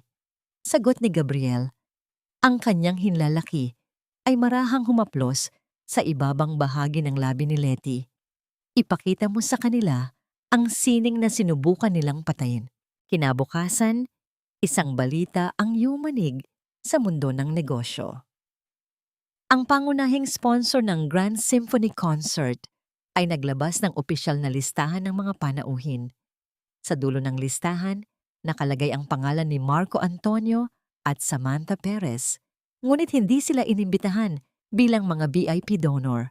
Nakasaad sa lihim na memo na ang kanilang mga upuan ay nasa pinakalikod, malayo sa entablado, sa gitna ng mga taong dati nilang minaliit. Higit sa lahat, nalaman ni Marco na ang kumpanyang bumili ng kanyang mga utang ay pagmamay-ari ng isang kumpanyang nasa ilalim ng pangalang The Swan Holdings. Sino ang nasa likod nito? Samantala, sa loob ng silid ng general, nakatayo si Letty sa harap ng isang malaking salamin. Nakasuot na siya ng kanyang kumikinang na gown. Tumingin siya sa kanyang refleksyon. Wala na ang bakas ng biktima. Ang tanging nakikita niya ay isang pianistang handa nang tumugtog ng huling nota ng kanyang paghihiganti. 7 araw na lang, Papa, sabi ni Letty sa kanyang amang nakatayo sa may pintuan. Handa na ang lahat, anak, tugon ng general. Ang tanong ay kung handa na ba ang mundo para sa iyong pagbabalik. Ang bawat hakbang sa loob ng mansyon ng mga Antonio ay tila paglakad sa isang libingan ng mga alaala. Ang kuryente ay naputol na sa ilang bahagi ng bahay dahil sa hindi nababayarang mga bill. Sa gitna ng dilim, tanging ang liwanag ng isang kandila ang nagbibigay ng anino sa mukha ni Doña Carmen habang nakaupo ito sa kanyang tumba-tumba, nakabalot ng isang lumang shawl. Ang kanyang boses, na dati ay puno ng pagmamalaki, ay naging isang mahina at nanginginig na bulong ng paninisi. Kasalanan mo ito, Marco, pait na sambit ng matandang babae. Ang kanyang mga mata ay nakatitig sa kawalan. Hinayaan mong makuha ng isang hamak na babaeng tulad ni Samantha ang lahat ng pinaghirapan natin. Kung narito lang si Letty, hindi tayo darating sa ganitong dusa. Si Letty ang swerte ng bahay na ito at tinapon mo siya para sa isang lason. Hindi sumagot si Marco. Nakatayo siya sa bintana, pinapanood ang ulan na humahampas sa labas. Ang kanyang puso ay tila isang tuyong balon. Walang laman, kundi ang alikabok ng pagsisisi. Sa loob ng kabilang kwarto, narinig niya ang tunog ng pagbukas at pagsara ng mga maleta. Si Samantha ay nag-iimpake na. Hindi na nito kailangan ng maraming salita. Ang pananahimik nito ay sapat ng kumpirmasyon na ang pag-ibig na ipinangako nito ay nakadepende lamang sa kapal ng pitaka ni Marco. Samantala, sa isang tahimik na bahagi ng lungsod, malayo sa ingay at gulo ng pagbagsak ni Marco, nakaupo si Letty sa tabi ni Gabriel sa isang maliit na balkonahe. Ang amoy ng basang lupa at ang lamig ng hangin ay nagbibigay ng kapayapaan sa kanyang puso. Walang grandiosong plano, walang sigawan, tanging ang marahang tibok ng 2 pusong nagkakaintindihan. Natatakot ka ba? Mahinang tanong ni Gabriel. Inabot nito ang kamay ni Letty at marahang pinisil ang mga daliring dumanas ng labis na hirap. Hindi takot ang nararamdaman ko, Gabriel. Tugon ni Letty. Ang kanyang boses ay tila isang banayad na kwerdas ng biolin. Isinandal niya ang kanyang ulo sa balikat ng lalaki, nararamdaman ang katatagan at init na ibinibigay nito. Pakiramdam ko, para akong isang ibon na matagal na ikinulong sa isang madilim na hawla. At ngayon ay natutunan ko nang gamitin muli ang aking mga pakpak. Ang tanging inaalala ko ay kung sapat na ba ang lakas ko upang harapin ang liwanag. Narito ako, Letty, bulong ni Gabriel. Iniyuko niya ang kanyang ulo at hinalikan ang tuktok ng ulo ni Letty. Isang halik na puno ng pangako at proteksyon. Hindi mo kailangang lumipad ng mag-isa. Magiging hangin ako sa ilalim ng iyong mga pakpak hanggang sa marating mo ang langit na para talaga sa'yo. Sa sandaling iyon, naramdaman ni Letty ang isang uri ng kaligayahan na hindi niya kailanman naramdaman kay Marco. Hindi ito ang kaligayahang nakabatay sa utang na loob o sa pagpilit na maging sapat. Ito ay ang kaligayahan ng pagiging tanggap, wasak man o buo, pianista man, o isang simpleng babaeng naghahanap ng katarungan. Pagbalik ni Letty sa mansyon ng kanyang ama, hinarap siya ng general sa loob ng kanyang library. May isang makapal na folder na nakalapag sa lamesa. Ang lahat ng mga ari-arian ni Marco ay opisyal na nakuha na ng The Swan Holdings, anak. Balita ng general, ang kanyang mga mata ay nagpapakita ng isang uri ng tagumpay na tanging ang isang ama na nakapaghiganti para sa kanyang anak ang makakaramdam. Ang mansyon nila, ang kumpanya, maging ang mga lupain ng kanyang ina, lahat ay nasa ilalim na ng iyong pangalan. Bukas, matatanggap na nila ang opisyal na abiso ng pagpapaalis. Tumingin si Letty sa folder, ngunit wala siyang naramdamang kagalakan sa paghihirap ng iba. Ang naramdaman niya ay ang bigat ng katarungang sa wakas ay naisakatuparan na. Kinuha niya ang folder at niyakap ang kanyang ama. Salamat, Papa. Pero ang tunay na pagbabayad ay mangyayari sa gabing muli akong tumugtog. Gusto kong makita ni Marco hindi ang nawala sa kanya, kundi ang babaeng binaliwala niya na ngayon ay hindi na niya kailanman maaabot, sabi ni Letty nang may determination.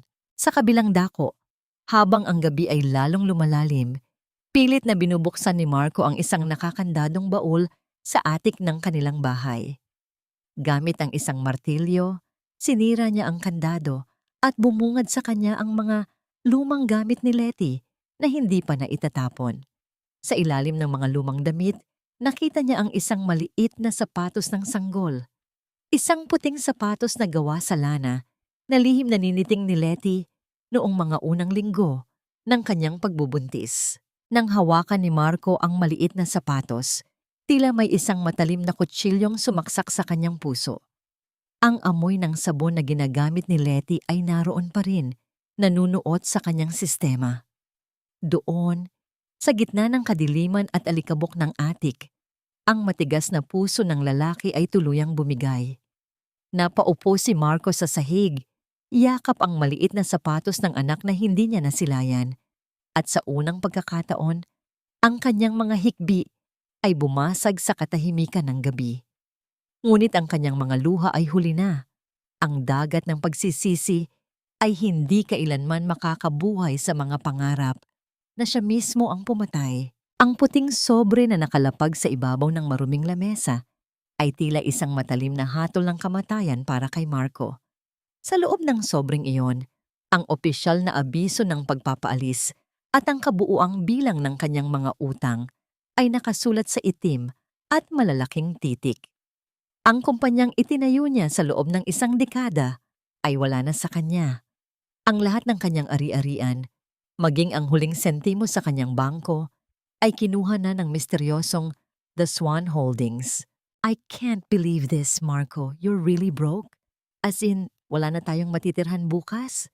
Ang boses ni Samantha ay tumagos sa katahimikan ng kwarto, puno ng matinding pandidiri at galit. Wala na ang malambing na tono ng boses nito. Ang tanging natitira ay ang matalas na dila ng isang babaeng nawalan ng pakinabang sa kanyang biktima. Maging rational ka naman, Sam. May paraan pa? Kailangan ko lang makausap ang mga investors sa darating na Grand Symphony. Pagmamakaawa ni Marco, ang kanyang mga mata ay nanlalabo sa puyat at stress.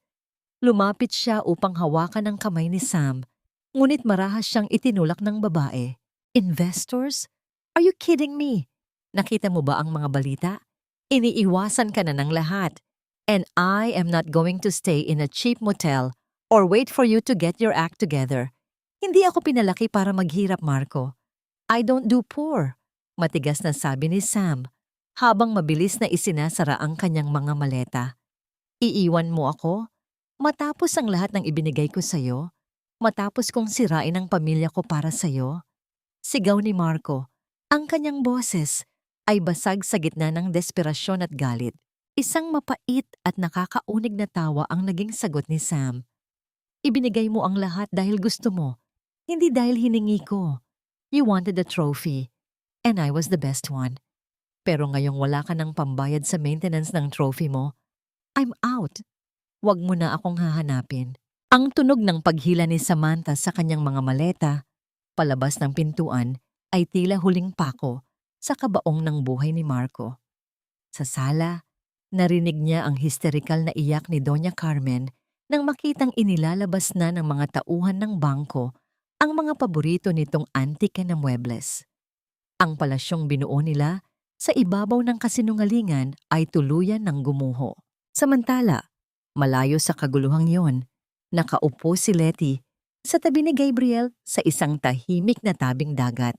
Ang amoy ng alat ng dagat at ang marahang paghampas ng mga alon sa buhangin ay nagbibigay ng kakaibang katahimikan sa kanyang kaluluwa. Isang araw na lang bago ang malaking konsyerto at dinala siya rito ni Gabriel upang makahinga mula sa matinding tensyon ng pag-eensayo. Inayos ni Gabriel ang isang hibla ng buhok ni Letty na nililipad ng hangin. Ang haplos ng kanyang mga daliri sa pisngi ni Letty ay sapat na upang pakalmahin ang mabilis na tibok ng puso ng babae. Dito, sa harap ng dagat, pakiramdam ko ay napakaliit ng mga problema ko. Mahinang sabi ni Letty. Ang kanyang paningin ay nakapako sa abot-tanaw kung saan ang langit at dagat ay nagtatagpo. Pero natatakot pa rin ako, Gabriel. Paano kung bukas, imbes na musika ang marinig nila, ay ang ingay ng aking nakaraan? Huwag mong tingnan ang nakaraan bilang isang ingay, Letty. Tugon ni Gabriel. Ang kanyang boses ay tila isang malalim at payapang himig. Kinuha niya ang kamay ni Letty at marahang pinagsalikop ang kanilang mga daliri. Tingnan mo ito bilang mga nota sa isang masalimuot na piyesa. Ang bawat lungkot at sakit ay nagbibigay ng lalim sa kanta. At bukas, ang lahat ng taong naroroon ay makikinig hindi sa biktima, kundi sa isang reynang nahanap ang kanyang korona sa gitna ng bagyo. Isinandal ni Letty ang kanyang ulo sa balikat ni Gabriel. Ninanamnam ang amoy ng dagat at ang init na nagmumula sa lalaking hindi bumitaw sa kanya. Sa sandaling iyon, ang katahimikan sa pagitan nila ay puno ng mga salitang hindi na kailangang bigkasin. Isang pangako ng bagong simula na walang halong takot. Pagbalik ni Marco sa kanyang opisina na halos wala na ring laman, isang huling pag-asa ang dumating sa kanyang harapan. Isang tawag mula sa kanyang huling kasosyo sa negosyo ang nagbigay ng balita. Marco, may pagkakataon ka pa. Nakausap ko ang assistant ng pianistang tinatawag na ang puting sisne. Sinasabi niyang siya ang may hawak ng lahat ng shares ng The Swan Holdings. Siya ang bumili ng mga utang mo. Kung mapapakiusapan mo siya sa gabi ng konsyerto, kung mapapalambot mo ang puso niya sa pamamagitan ng pagsuporta sa sining niya, baka ibalik niya sa iyo ang kumpanya. Nagkaroon ng liwanag sa mga mata ni Marco. Ang desperasyon niya ay naging isang baliw na pag-asa. Sino ba siya? Ano ang pangalan niya? Walang nakakaalam, Marco. Pero ang sabi nila, siya ang pinakamagaling sa buong mundo. Isang milagro ang kanyang pagbabalik. Kailangan mong lumuhod sa harap niya kung kinakailangan dahil siya na lang ang tanging makakasagip sa iyo mula sa pagiging palaboy. Hindi alam ni Marco, habang hinahanda niya ang kanyang huling suit para sa bukas, na ang babaeng binalak niyang luhuran at pakiusapan ay ang mismong babaeng itinulak niya sa dilim ng isang madilim na banyo. Ang tadhana ay may kakaibang paraan ng pagbabalik sa simula. At para kay Marco, ang simula ng kanyang huling pagbagsak ay dahan-dahan nang kumakatok sa pintuan. Ang mga kamay ni Marco ay nanginginig habang pilit niyang itinatawid ang plansa sa huling malinis na puting polo na natitira sa kanyang aparador. Wala nang kuryente sa malaking bahay, kaya gumamit siya ng lumang plansang deuling na hiniram pa sa dating katulong na naawa sa kanila. Ang pawis ay tumatagaktak sa kanyang noo, humahalo sa alikabok ng silid na hindi na nalilinis. Sa labas ng kwarto, ang hagulgol ni Doña Carmen ay tila isang walang katapusang kanta ng pagdadalamhati. nananaghoy sa bawat gamit na kinuha ng mga tauhan ng bangko kaninang umaga. Ngunit sa gitna ng lahat ng ito, may isang baliw na pag-asa na kumakapit sa isipan ni Marco. Pinagmasdan niya ang itim na suit na nakasabit sa pinto. Ito ang kanyang huling sandata. Naniniwala siya na sa gabi ng Grand Symphony, ang pianistang tinatawag na ang puting sisne ay magiging susi sa kanyang muling pagbangon. Sa kanyang isipan, ang pianistang ito ay isang estrangherong may malambot na puso para sa sining. Isang taong nga maaari niyang makuha sa pamamagitan ng matatamis na salita at kunwaring pagsisisi sa kanyang mga naging pagkakamali sa negosyo. Wala siyang kamalay-malay na ang tadhana ay hindi nagbibigay ng pagkakataon, kundi naghahanda ng isang bitag. Samantala, sa loob ng backstage ng dambuhalang concert hall, ang katahimikan ay puno ng presyon at antisipasyon. Nakaupo si Letty sa harap ng isang malaking salamin na napapalibutan ng maliliit na ilaw. Ang kanyang balat ay tila porselana sa ilalim ng liwanag at ang kanyang mga mata ay nagtatago ng isang sining na pinanday ng apoy ng pagtitiis. Nakasuot siya ng isang kumikinang na gown na tila gawa sa mga bituin at luha. Ngunit ang tunay na nagbibigay ng ningning sa kanya ay ang kanyang bagong natagpuang lakas. Dahan-dahang lumapit si Gabriel mula sa kanyang likuran.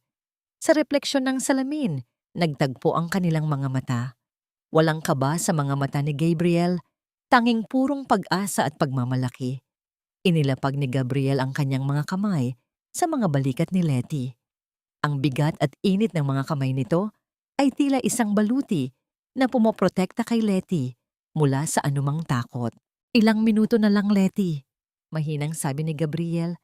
Ang boses ay tila isang malalim na kwerdas ng cello. Paglabas mo sa entabladong yon, hindi mo lang ibabalik ang musika sa mundo. Ibibigay mo rin ang huling nota ng katarungan para sa batang hindi kailanman nakarinig ng iyong himig. Naramdaman ni Letty ang bahagyang panginginig ng kanyang mga daliri, hindi dahil sa kaba para sa pagtugtog, kundi dahil sa bigat ng misyong dala niya. Hinawakan niya ang kamay ni Gabriel na nasa kanyang balikat at marahan itong dinala sa kanyang pisngi. Ang haplos ng kamay ni Gabriel ay nagbigay sa kanya ng kapayapaang hindi kailanman na ibigay ni Marco sa loob ng 10 taon. Salamat sa hindi pagsuko sa akin, Gabriel, bulong ni Letty. Salamat sa pagiging hangin sa ilalim ng aking mga pakpak nang akala ko ay huli na ang lahat. Hindi ako susuko dahil alam kong ang bituin ay lalong nagliliwanag kapag ang langit ay pinakamadilim. Tugon ni Gabriel bago ito marahang yumuko at hinalikan ang likod ng palad ni Letty. Isang halik na puno ng pangako at selyo ng kanilang umuusbong na pag-ibig. Sa labas ng bulwagan, ang pulang carpet ay tila isang ilog ng karangyaan. Ang mga mamahaling sasakyan ay sunod-sunod na dumarating. Iniluluwa ang mga pinakamakapangyarihang tao sa bansa. Dumating si Marco na naglalakad lamang mula sa kanto. Pilit na itinatago ang katotohanang wala na siyang sasakyan. Ang kanyang suit ay maayos, ngunit ang kanyang mga mata ay pagod at ang kanyang balat ay maputla. Pagpasok niya sa lobby, naramdaman niya ang malamig na pakikitungo ng mga dating kasamahan. Ang mga taong dati ay yumuyukod sa kanya ay tila nakakita ng isang pulubi at mabilis na umiiwas ng tingin. Ang bawat bulong at mahinang tawa na naririnig niya sa paligid ay tila mga sampal sa kanyang mukha. Hinanap niya ang upuang nakalaan sa kanya. Nang makita niya ito sa pinakahuling hilera, malapit sa exit at malayo sa lahat ng kislap, naramdaman niya ang unang pait ng kanyang pagbagsak. Dito lang ako? Tanong ni Marco sa usherette nang may halong pait. Iyan po ang nakalaan para sa mga taong espesyal, ang status sa listahan ni The Swan. Malamig na tugon ng babae bago ito tumalikod. Ang bawat segundo ng paghihintay ay tila 1 taon para kay Marco. Ang bawat pagtunog ng kampana na hudyat ng pagsisimula ng konsyerto ay nagpapabilis sa tibok ng kanyang puso. At sa wakas, ang mga ilaw sa buong bulwagan ay dahan-dahang namatay. Iniwan ang lahat sa loob ng isang madilim at puno ng antisipasyong katahimikan. Ang dambuhalang telon ay dahan-dahang tumaas, hindi lumilikha ng anumang ingay, kundi ang tunog ng hangin sa loob ng hall.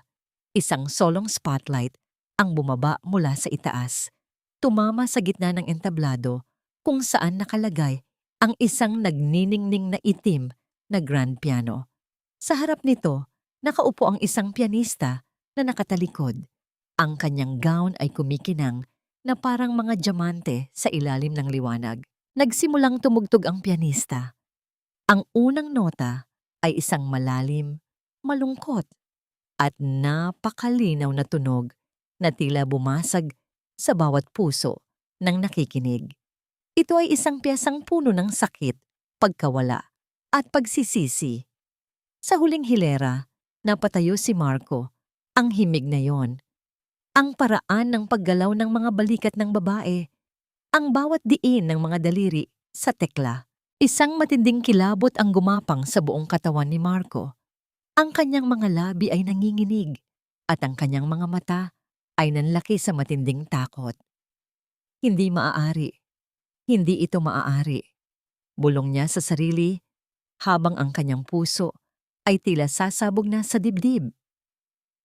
Sa gitna ng madilim na hall, ang pianista ay dahan-dahang lumingon sa gilid at sa ilalim ng spotlight, ang mukha ni Letty ay nagliwanag na parang isang anghel ng paghihiganti. Letty, hindi ito posible. Namamatay na ang kumpanya ko, nawawala na ang lahat sa akin, at ang tanging taong makakaligtas sa akin ay ang babaeng itinapon ko sa dilim.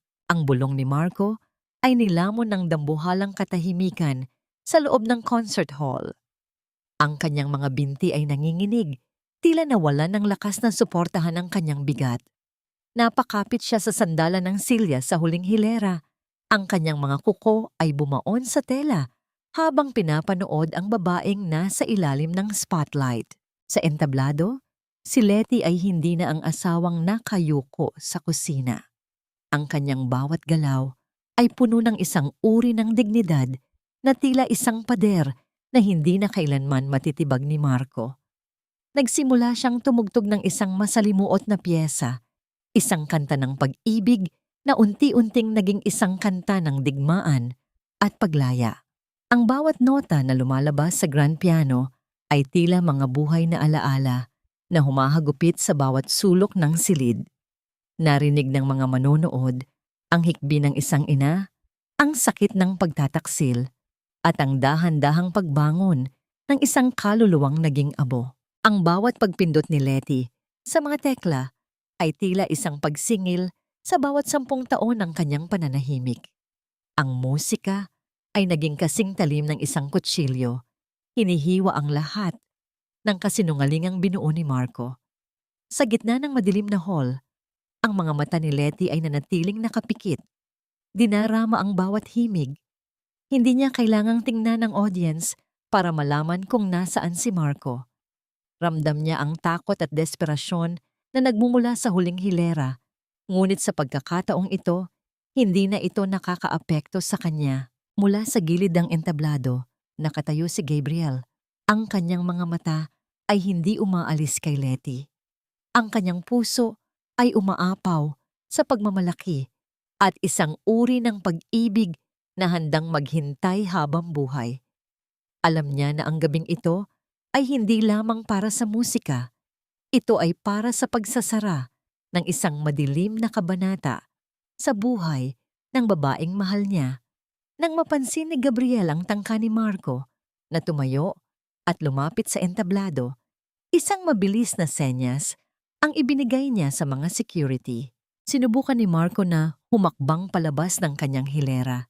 Gusto niyang sumigaw, gusto niyang tawagin ang pangalan ni Letty, gusto niyang magmakaawa na bawiin ang lahat ng sinabi niya noon sa ospital. Ngunit bago pa siya makalayo, hinarang siya ng 2 malalaking lalaki na nakasuot ng barong. "Dito lang kayo, Mr. Antonio," mahinang sabi ng isa sa mga gwardya. Ang boses ay puno ng babala. "Huwag mong sisirain ang gabing ito para sa lahat." Napilitang maupo muli si Marco. Ang kanyang mukha ay basang-basa ng pawis at ang kanyang hininga ay naging mababaw at mabilis. Tiningnan niya ang mga taong nakaupo sa harap niya. Mga bilyonaryo, mga politiko, mga taong dati ay kumpas lang niya kung sumunod. Ngayon, lahat sila ay nakatingin kay Letty nang may purong paghanga. Ang babaeng itinuring niyang pabigat ay ang babaeng tinitingala ngayon ng buong bansa. Ang bawat nota ng piano ay tila isang sampal sa mukha ni Marco. Naalala niya ang bawat pagkakataon na pinahiya niya si Letty sa harap ng kanyang ina. Naalala niya ang bawat gabi na iniwan niya itong mag-isa sa bahay para makipagkita kay Samantha. At higit sa lahat, naalala niya ang tunog ng pag-ikot ng siradura sa pinto ng banyo sa ospital. Sa isang sandali, huminto ang musika. Isang nakakabinging katahimikan ang bumalot sa bulwagan.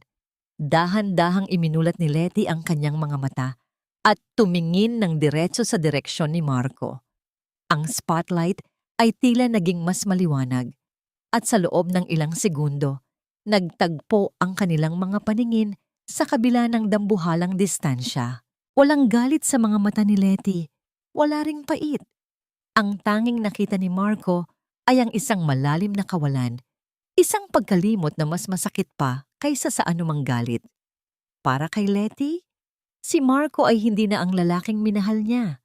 Siya ay isa na lamang anino ng nakaraan, isang nota na hindi na kailanman magiging bahagi ng kanyang bagong simponya. Muling tumugtog si Letty at sa pagkakataong ito, ang himig ay naging masaya, maaliwalas, at puno ng pag-asa. Ito ang himig ng kanyang bagong simula, kasama si Gabriel. Ang bawat nota ay tila nagsasabing malaya na siya, na ang sugat ay naghilom na, at ang katarungan ay hindi kailangang maging marahas para maging ganap. Nang matapos ang huling nota, ang katahimikan ay nanatili sa loob ng ilang sandali, bago ito bumasag sa isang dambuhalang paghulog ng mga palakpak. Ang lahat ay napatayo. Isang standing ovation para sa puting sisne. Sa gitna ng kaguluhan at pagdiriwang, tumayo si Letty at yumukod ng may buong grasya. Mula sa likuran, lumabas si Gabriel dala ang isang pompon ng mga puting rosas. Sa harap ng lahat, iniabot ni Gabriel ang mga bulaklak at marahang hinawakan ng kamay ni Letty. Pagkatapos ay hinalikan ng kanyang noo. Ang kislap ng mga diamante sa hikaw ni Letty ay humahalo sa kislap ng mga luha ng kaligayahan sa kanyang mga mata. Samantala, si Marco ay naiwang mag-isa sa dilim ng huling hilera. Pinanood niya ang babaeng kaisa-isa niyang pag-asa na maglakad palayo kasama ang ibang lalaki. Ang kumpanya niya, ang bahay niya, ang dangal niya. Lahat ay tuluyan ng naglaho sa ilalim ng mga palakpak na hindi para sa kanya. Habang dahan-dahang bumababa ang malaking telon, naramdaman ni Marco ang isang kamay sa kanyang balikat. Isang tauhan ng bangko ang nakatayo sa tabi niya. May hawak na opisyal na dokumento. Mr. Antonio, tapos na ang konsyerto. Kailangan niyo nang sumama sa amin para sa formal na pagsasalin ng lahat ng inyong natitirang ari-arian sa Swan Holdings. At ayon sa utos ng may-ari, kailangan niyo ring iwan ang mansyon bago mag-alas 8 ng gabi. Napayuko si Marco, ang kanyang mga hikbi ay hindi na mapigilan. Ang huling nota ng kanyang buhay ay tumunog na at ito ay isang nota ng walang hanggang pagsisisi. Ang malamig na hangin ng gabi ay tila humahalik sa balat ni Letty habang naglalakad siya palabas ng Grand Concert Hall. Yakap ang isang makapal na cashmere shawl na maingat na ipinatong ni Gabriel sa kanyang mga balikat. Ang bawat hakbang niya sa ibabaw ng pulang carpet ay tila isang pagtapos sa isang mahabang martiryo. Wala na ang kaba, wala na ang takot. Ang tanging natitira ay ang isang malalim na kapayapaan na tila isang payapang dagat matapos ang isang dambuhalang bagyo. Letty! Letty, mag-usap tayo please, sandali lang. Ang boses na yon, na dati ay nagpapatigil sa mundo ni Letty, ay umalingaw-ngaw sa madilim na bahagi ng parking lot.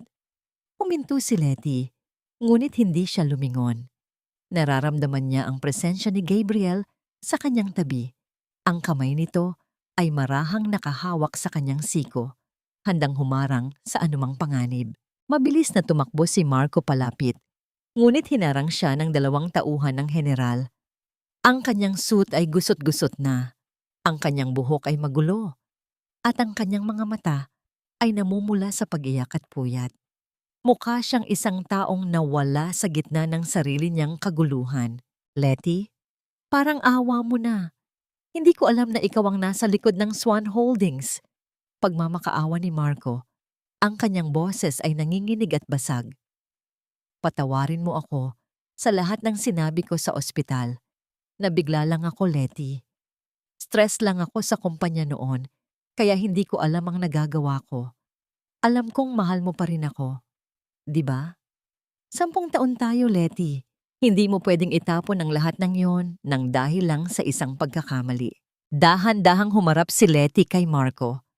Ang liwanag ng buwan ay tumama sa kanyang mukha. Nagpapakita ng isang kagandahang hindi kailanman nakita ni Marco noong sila ay nagsasama pa. Ang mga mata ni Letty ay tuyo, walang bakas ng luha, tanging niyang isang malalim at nakakapangilabot na pagtitig.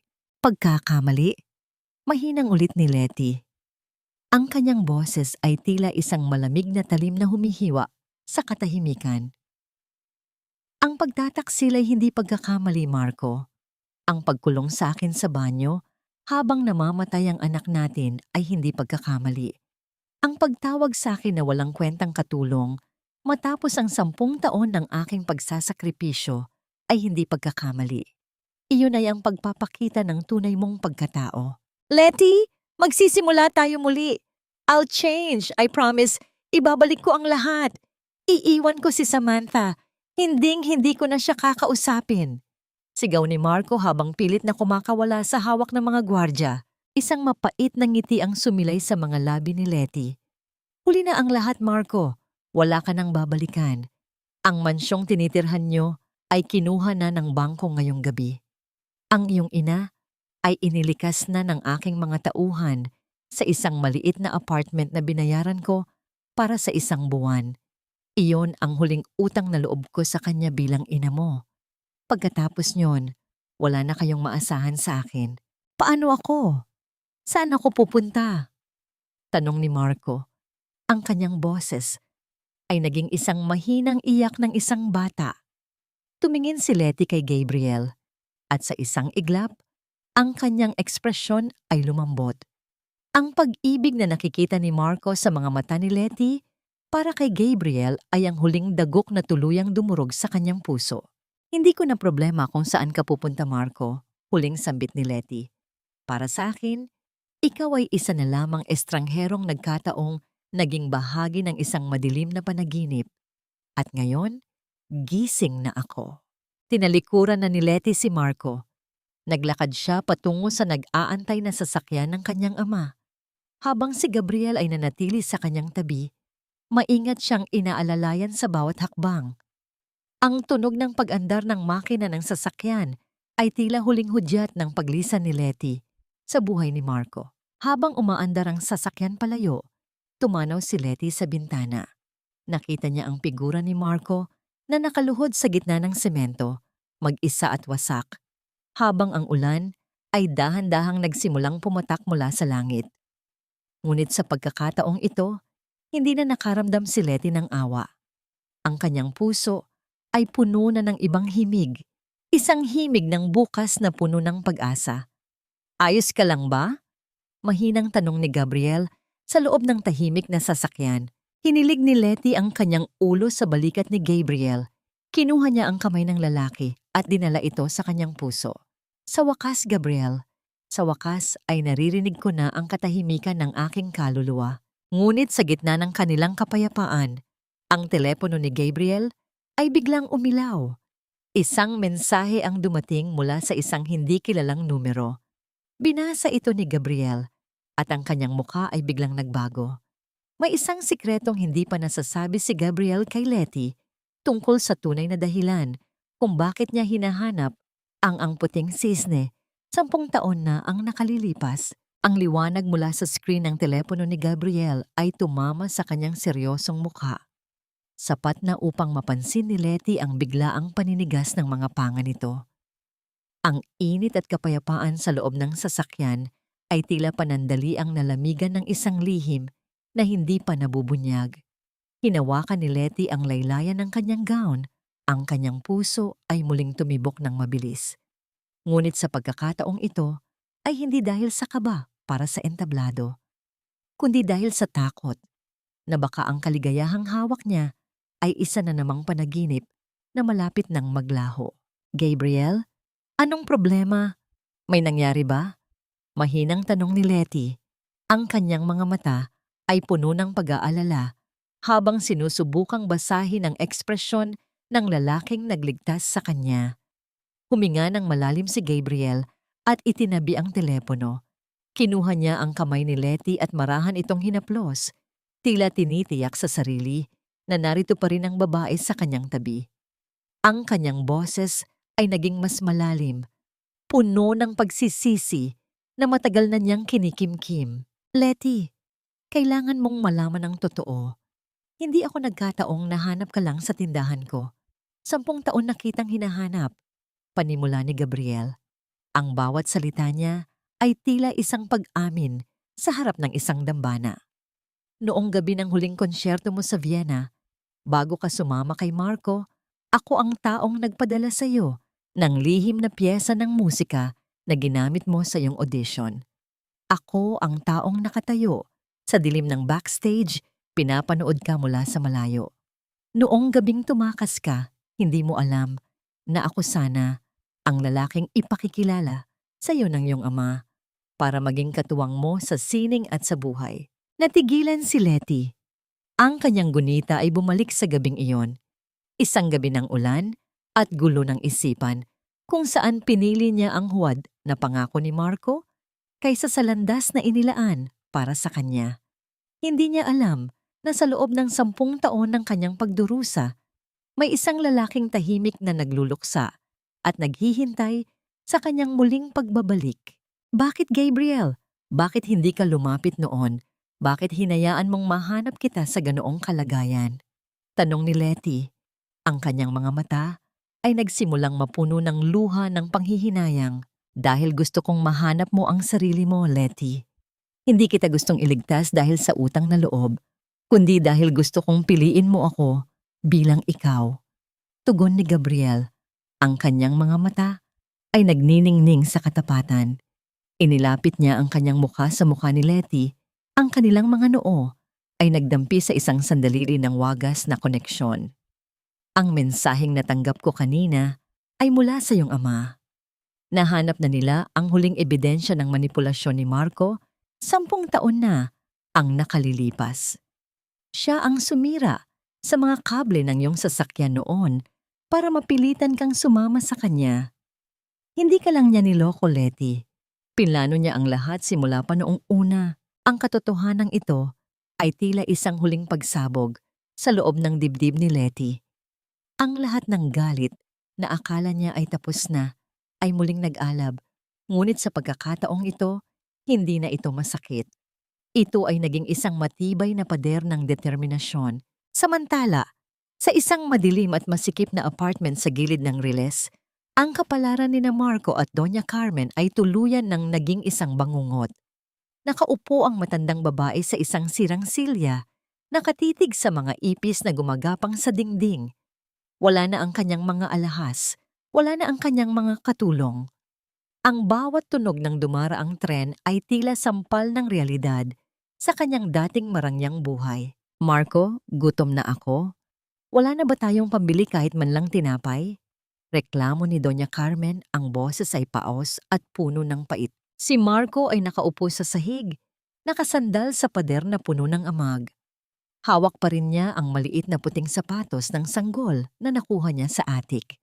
Ang kanyang mga mata ay walang buhay, tila isang taong gising ang katawan, ngunit patay na ang kaluluwa. Ang bawat sigaw ng kanyang ina ay hindi na pumapasok sa kanyang pandinig.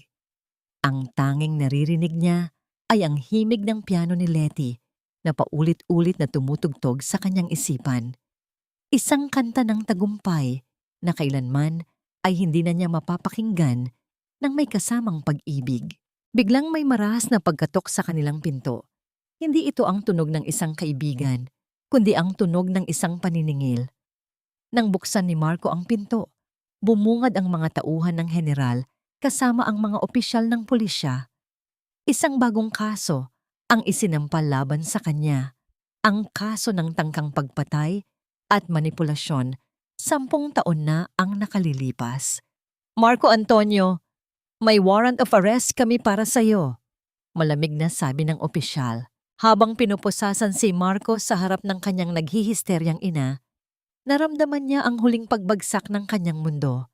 Ang huling bagay na nakita niya bago siya ilabas ng apartment ay ang refleksyon ng kanyang sarili sa isang basag na salamin, isang anino ng isang lalaking naging gahaman at natapos na walang anuman.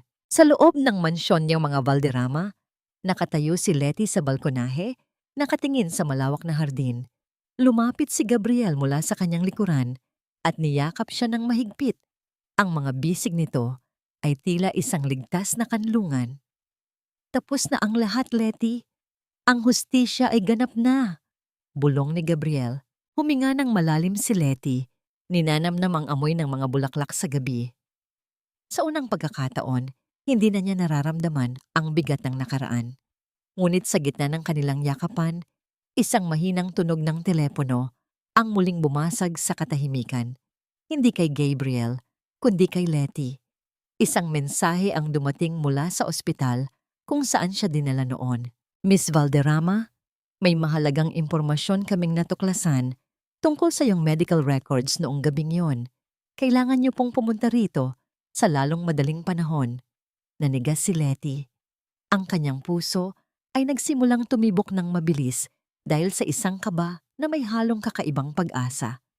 Mayroon pa bang hindi niya alam tungkol sa gabing nawala ang kanyang anak? Ang amoy ng gamot at ang malamig na bugso ng aircon sa pasilyo ng ospital ay tila nagpabalik sa alaala ni Letty noong gabing iyon. Ang gabi, kung kailan ang lahat ay tila natapos sa dilim ng banyo. Ngunit ngayon, habang hawak niya ng mahigpit ang kamay ni Gabriel, ang kanyang takot ay unti-unting napapalitan ng isang uri ng panginginig na puno ng pag-asa. Sa dulo ng pasilyo, nakatayo ang kanyang ama, si General Valderrama, kasama ang doktor na nag-alaga sa kanya noon. Ang ekspresyon sa mukha ng general ay hindi na galit, kundi isang malalim na pagpapakumbaba at kagalakan. Anong ibig sabihin nito, Papa? Bakit tayo narito? Tanong ni Letty. Ang kanyang boses ay halos isang bulong. Huminga ng malalim ang general at inilapag ang kanyang kamay sa balikat ng anak. Letty, noong gabing dinala kita rito, ang kalagayan mo ay napakadelikado. Nawalan ka ng maraming dugo at ang sabi ng mga doktor ay wala na ang bata. Ngunit may isang milagrong hindi namin kaagad maipaliwanag. Akala namin ay tuluyan na siyang nawala. Pero ang totoo, ang maliit na pusong yun ay tumangging sumuko. Nanigas si Letty sa kanyang kinatatayuan. Ang mundo ay tila huminto sa pag-ikot. Anong ibig ninyong sabihin? Ang iyong anak, Letty. Buhay siya. Pagpapatuloy ng general, ang kanyang mga mata ay naglalaban sa pagpatak ng luha. Itinago ko siya sa iyo at sa buong mundo, lalo na kay Marco. Sa loob ng 9 na buwan, inalagaan siya sa isang espesyal na neonatal unit sa ilalim ng ibang pangalan. Natatakot ako na kung malaman mo sa kalagayan mo noon, baka hindi mo kayanin ang stress. At higit sa lahat, natatakot ako na gamitin muli ni Marco ang bata para saktan ka o para makuha ang yaman ng ating pamilya. Gusto kong maging malakas ka muna. Gusto kong maging malaya ka muna. Hindi makapagsalita si Letty. Ang kanyang mga kamay ay napunta sa kanyang bibig upang pigilan ang isang malakas na hikbi. Tumingin siya kay Gabriel at nakita niyang nakangiti rin ito ng may kasamang luha. Alam ni Gabriel, kasama siya sa lihim na pag-aalaga sa bata habang hinihintay ang tamang panahon para sa muling pagkikita. Dahan-dahang binuksan ng doktor ang pinto ng isang silid na puno ng malalambot na liwanag at mahinang musika. Doon, sa loob ng isang maliit na crib, ay isang sanggol na may mga pisnging kasing kulay ng rosas at mga daliring tila maliliit na talulot. Nang lumapit si Letty, ang bata ay dahan-dahang iminulat ang kanyang mga mata. Mga matang kasing nining ng mga bituin. Mga matang tila nakikilala ang tibok ng puso ng kanyang ina. "Anak ko!" bulong ni Letty habang maingat niyang binuhat ang sanggol.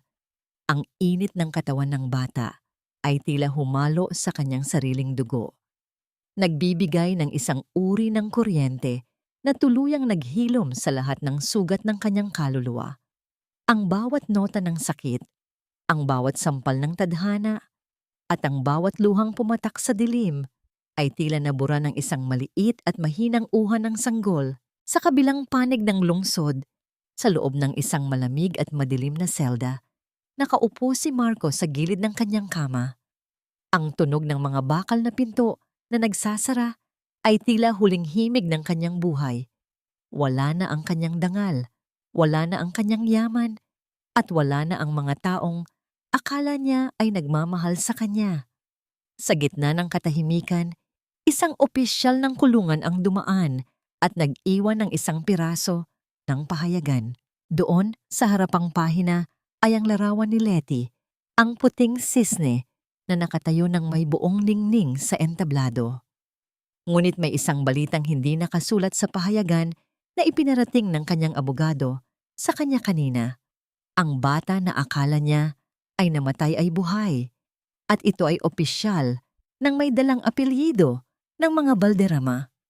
Hinding-hindi niya ito makikita, hinding-hindi niya ito mahahawakan, at kailanman ay hindi siya makikilala ng bata bilang ama. Iyon ang huling hatol kay Marco, hindi ang rehas, hindi ang kahihiyan, kundi ang katotohanang may isang buhay na nagpapatuloy nang wala siya. Isang buhay na kailanman ay hindi na niya maaabot. Napayuko si Marco, ang kanyang mga kamay ay nanginginig habang yakap ang sarili sa gitna ng dilim. Ang pagsisisi ay isang lason na dahan-dahang uubos sa kanyang nalalabing panahon. Sa loob ng ospital, isinandal ni Gabriel ang kanyang braso sa balikat ni Letty habang pinagmamasdan nila ang sanggol.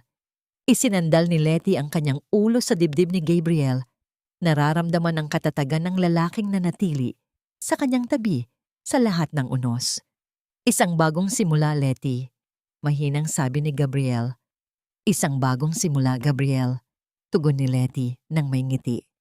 At sa pagkakataong ito, ang ating musika ay hinding-hindi na muling mapuputol. Ang sikat ng umaga ay nagsimulang pumasok sa bintana. Nagbibigay ng gintong liwanag sa bagong pamilyang nabuo sa gitna ng mga pagsubok.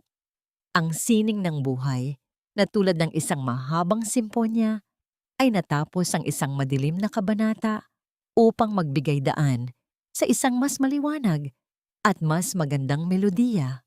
5 taon ang mabilis na lumipas, tila ba isang mabilis na kumpas ng kamay sa gitna ng isang masayang simponya. Ang sikat ng hapon ay banayad na pumapasok sa malalaking bintana ng isang bahay na nakatayo sa gitna ng malawak at luntiang hardin. Hindi ito isang palasyong binuo sa takot o manipulasyon, kundi isang tahanang binuo sa bawat nota ng pag-ibig at pagtitiwala. Sa loob ng malawak na sala, ang amoy ng sariwang bulaklak at bagong lutong tinapay ay humahalimuyak, nagbibigay ng pakiramdam ng tunay na kapayapaan. Sa gitna ng silid, nakaupo si Letty sa harap ng kanyang nagniningning na grand piano. Ang kanyang mga daliri ay hindi na sugatan o pagod. Ang mga ito ay maliksi at puno ng buhay habang tinuturuan niya ang isang maliit na batang lalaki na tumugtog ng isang simpleng himig. Ang bata na nagngangalang Gabriel Jr. o Bino ay may mga matang puno ng kuryosidad at ngiting tila sikat ng araw. Ang batang minsan ay inakala ng mundo na nawala. Ngunit ngayon, ay siyang nagbibigay ng pinakamagandang melodiya sa buhay ni Letty. Ganyan nga anak. Dahan-dahan lang ang pagpindot. Tila ba hinahaplos mo ang pakpak ng isang paru-paro? Mahinang turo ni Letty. Ang kanyang boses ay puno ng tamis at pasensya. Mula sa pintuan ng kusina, lumabas si Gabriel. Bit-bit ang isang tray ng tsa. Huminto siya sandali upang pagmasdan ang mag-ina. Ang kanyang puso ay umaapaw pa rin sa pasasalamat sa bawat pagkakataong ibinigay sa kanya ng tadhana. Lumapit siya at marahang ipinatong ang kanyang kamay sa balikat ni Letty bago ito yumuko upang halikan ang tuktok ng ulo ng kanyang asawa. Ang iyong paboritong tsa, mahal ko, bulong ni Gabriel. Nagkatinginan sila at sa loob ng maikling sandaling iyon, nagpalitan sila ng mga salitang hindi na kailanman kakailanganin ng boses.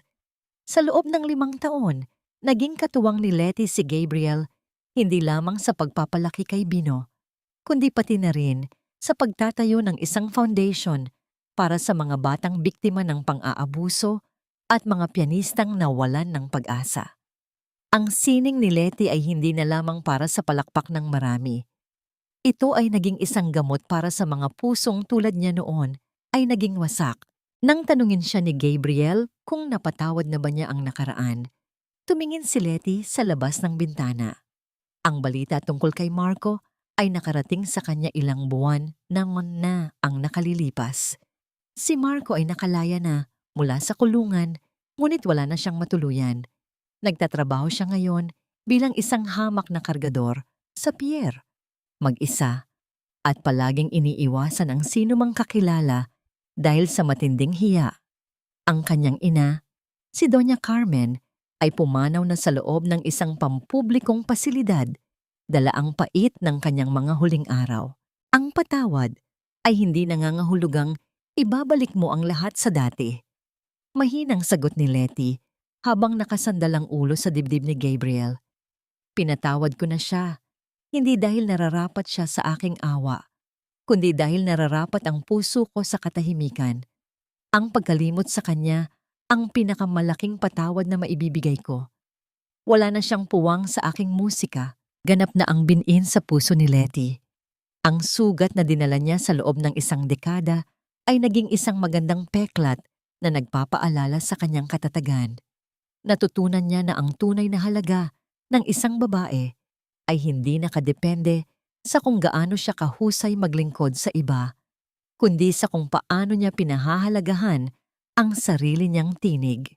Habang ang araw ay dahan-dahang lumulubog, muling tumugtog si Letty ng isang piyesa. Hindi na ito ang kanta ng Puting Sisne na puno ng paghihiganti.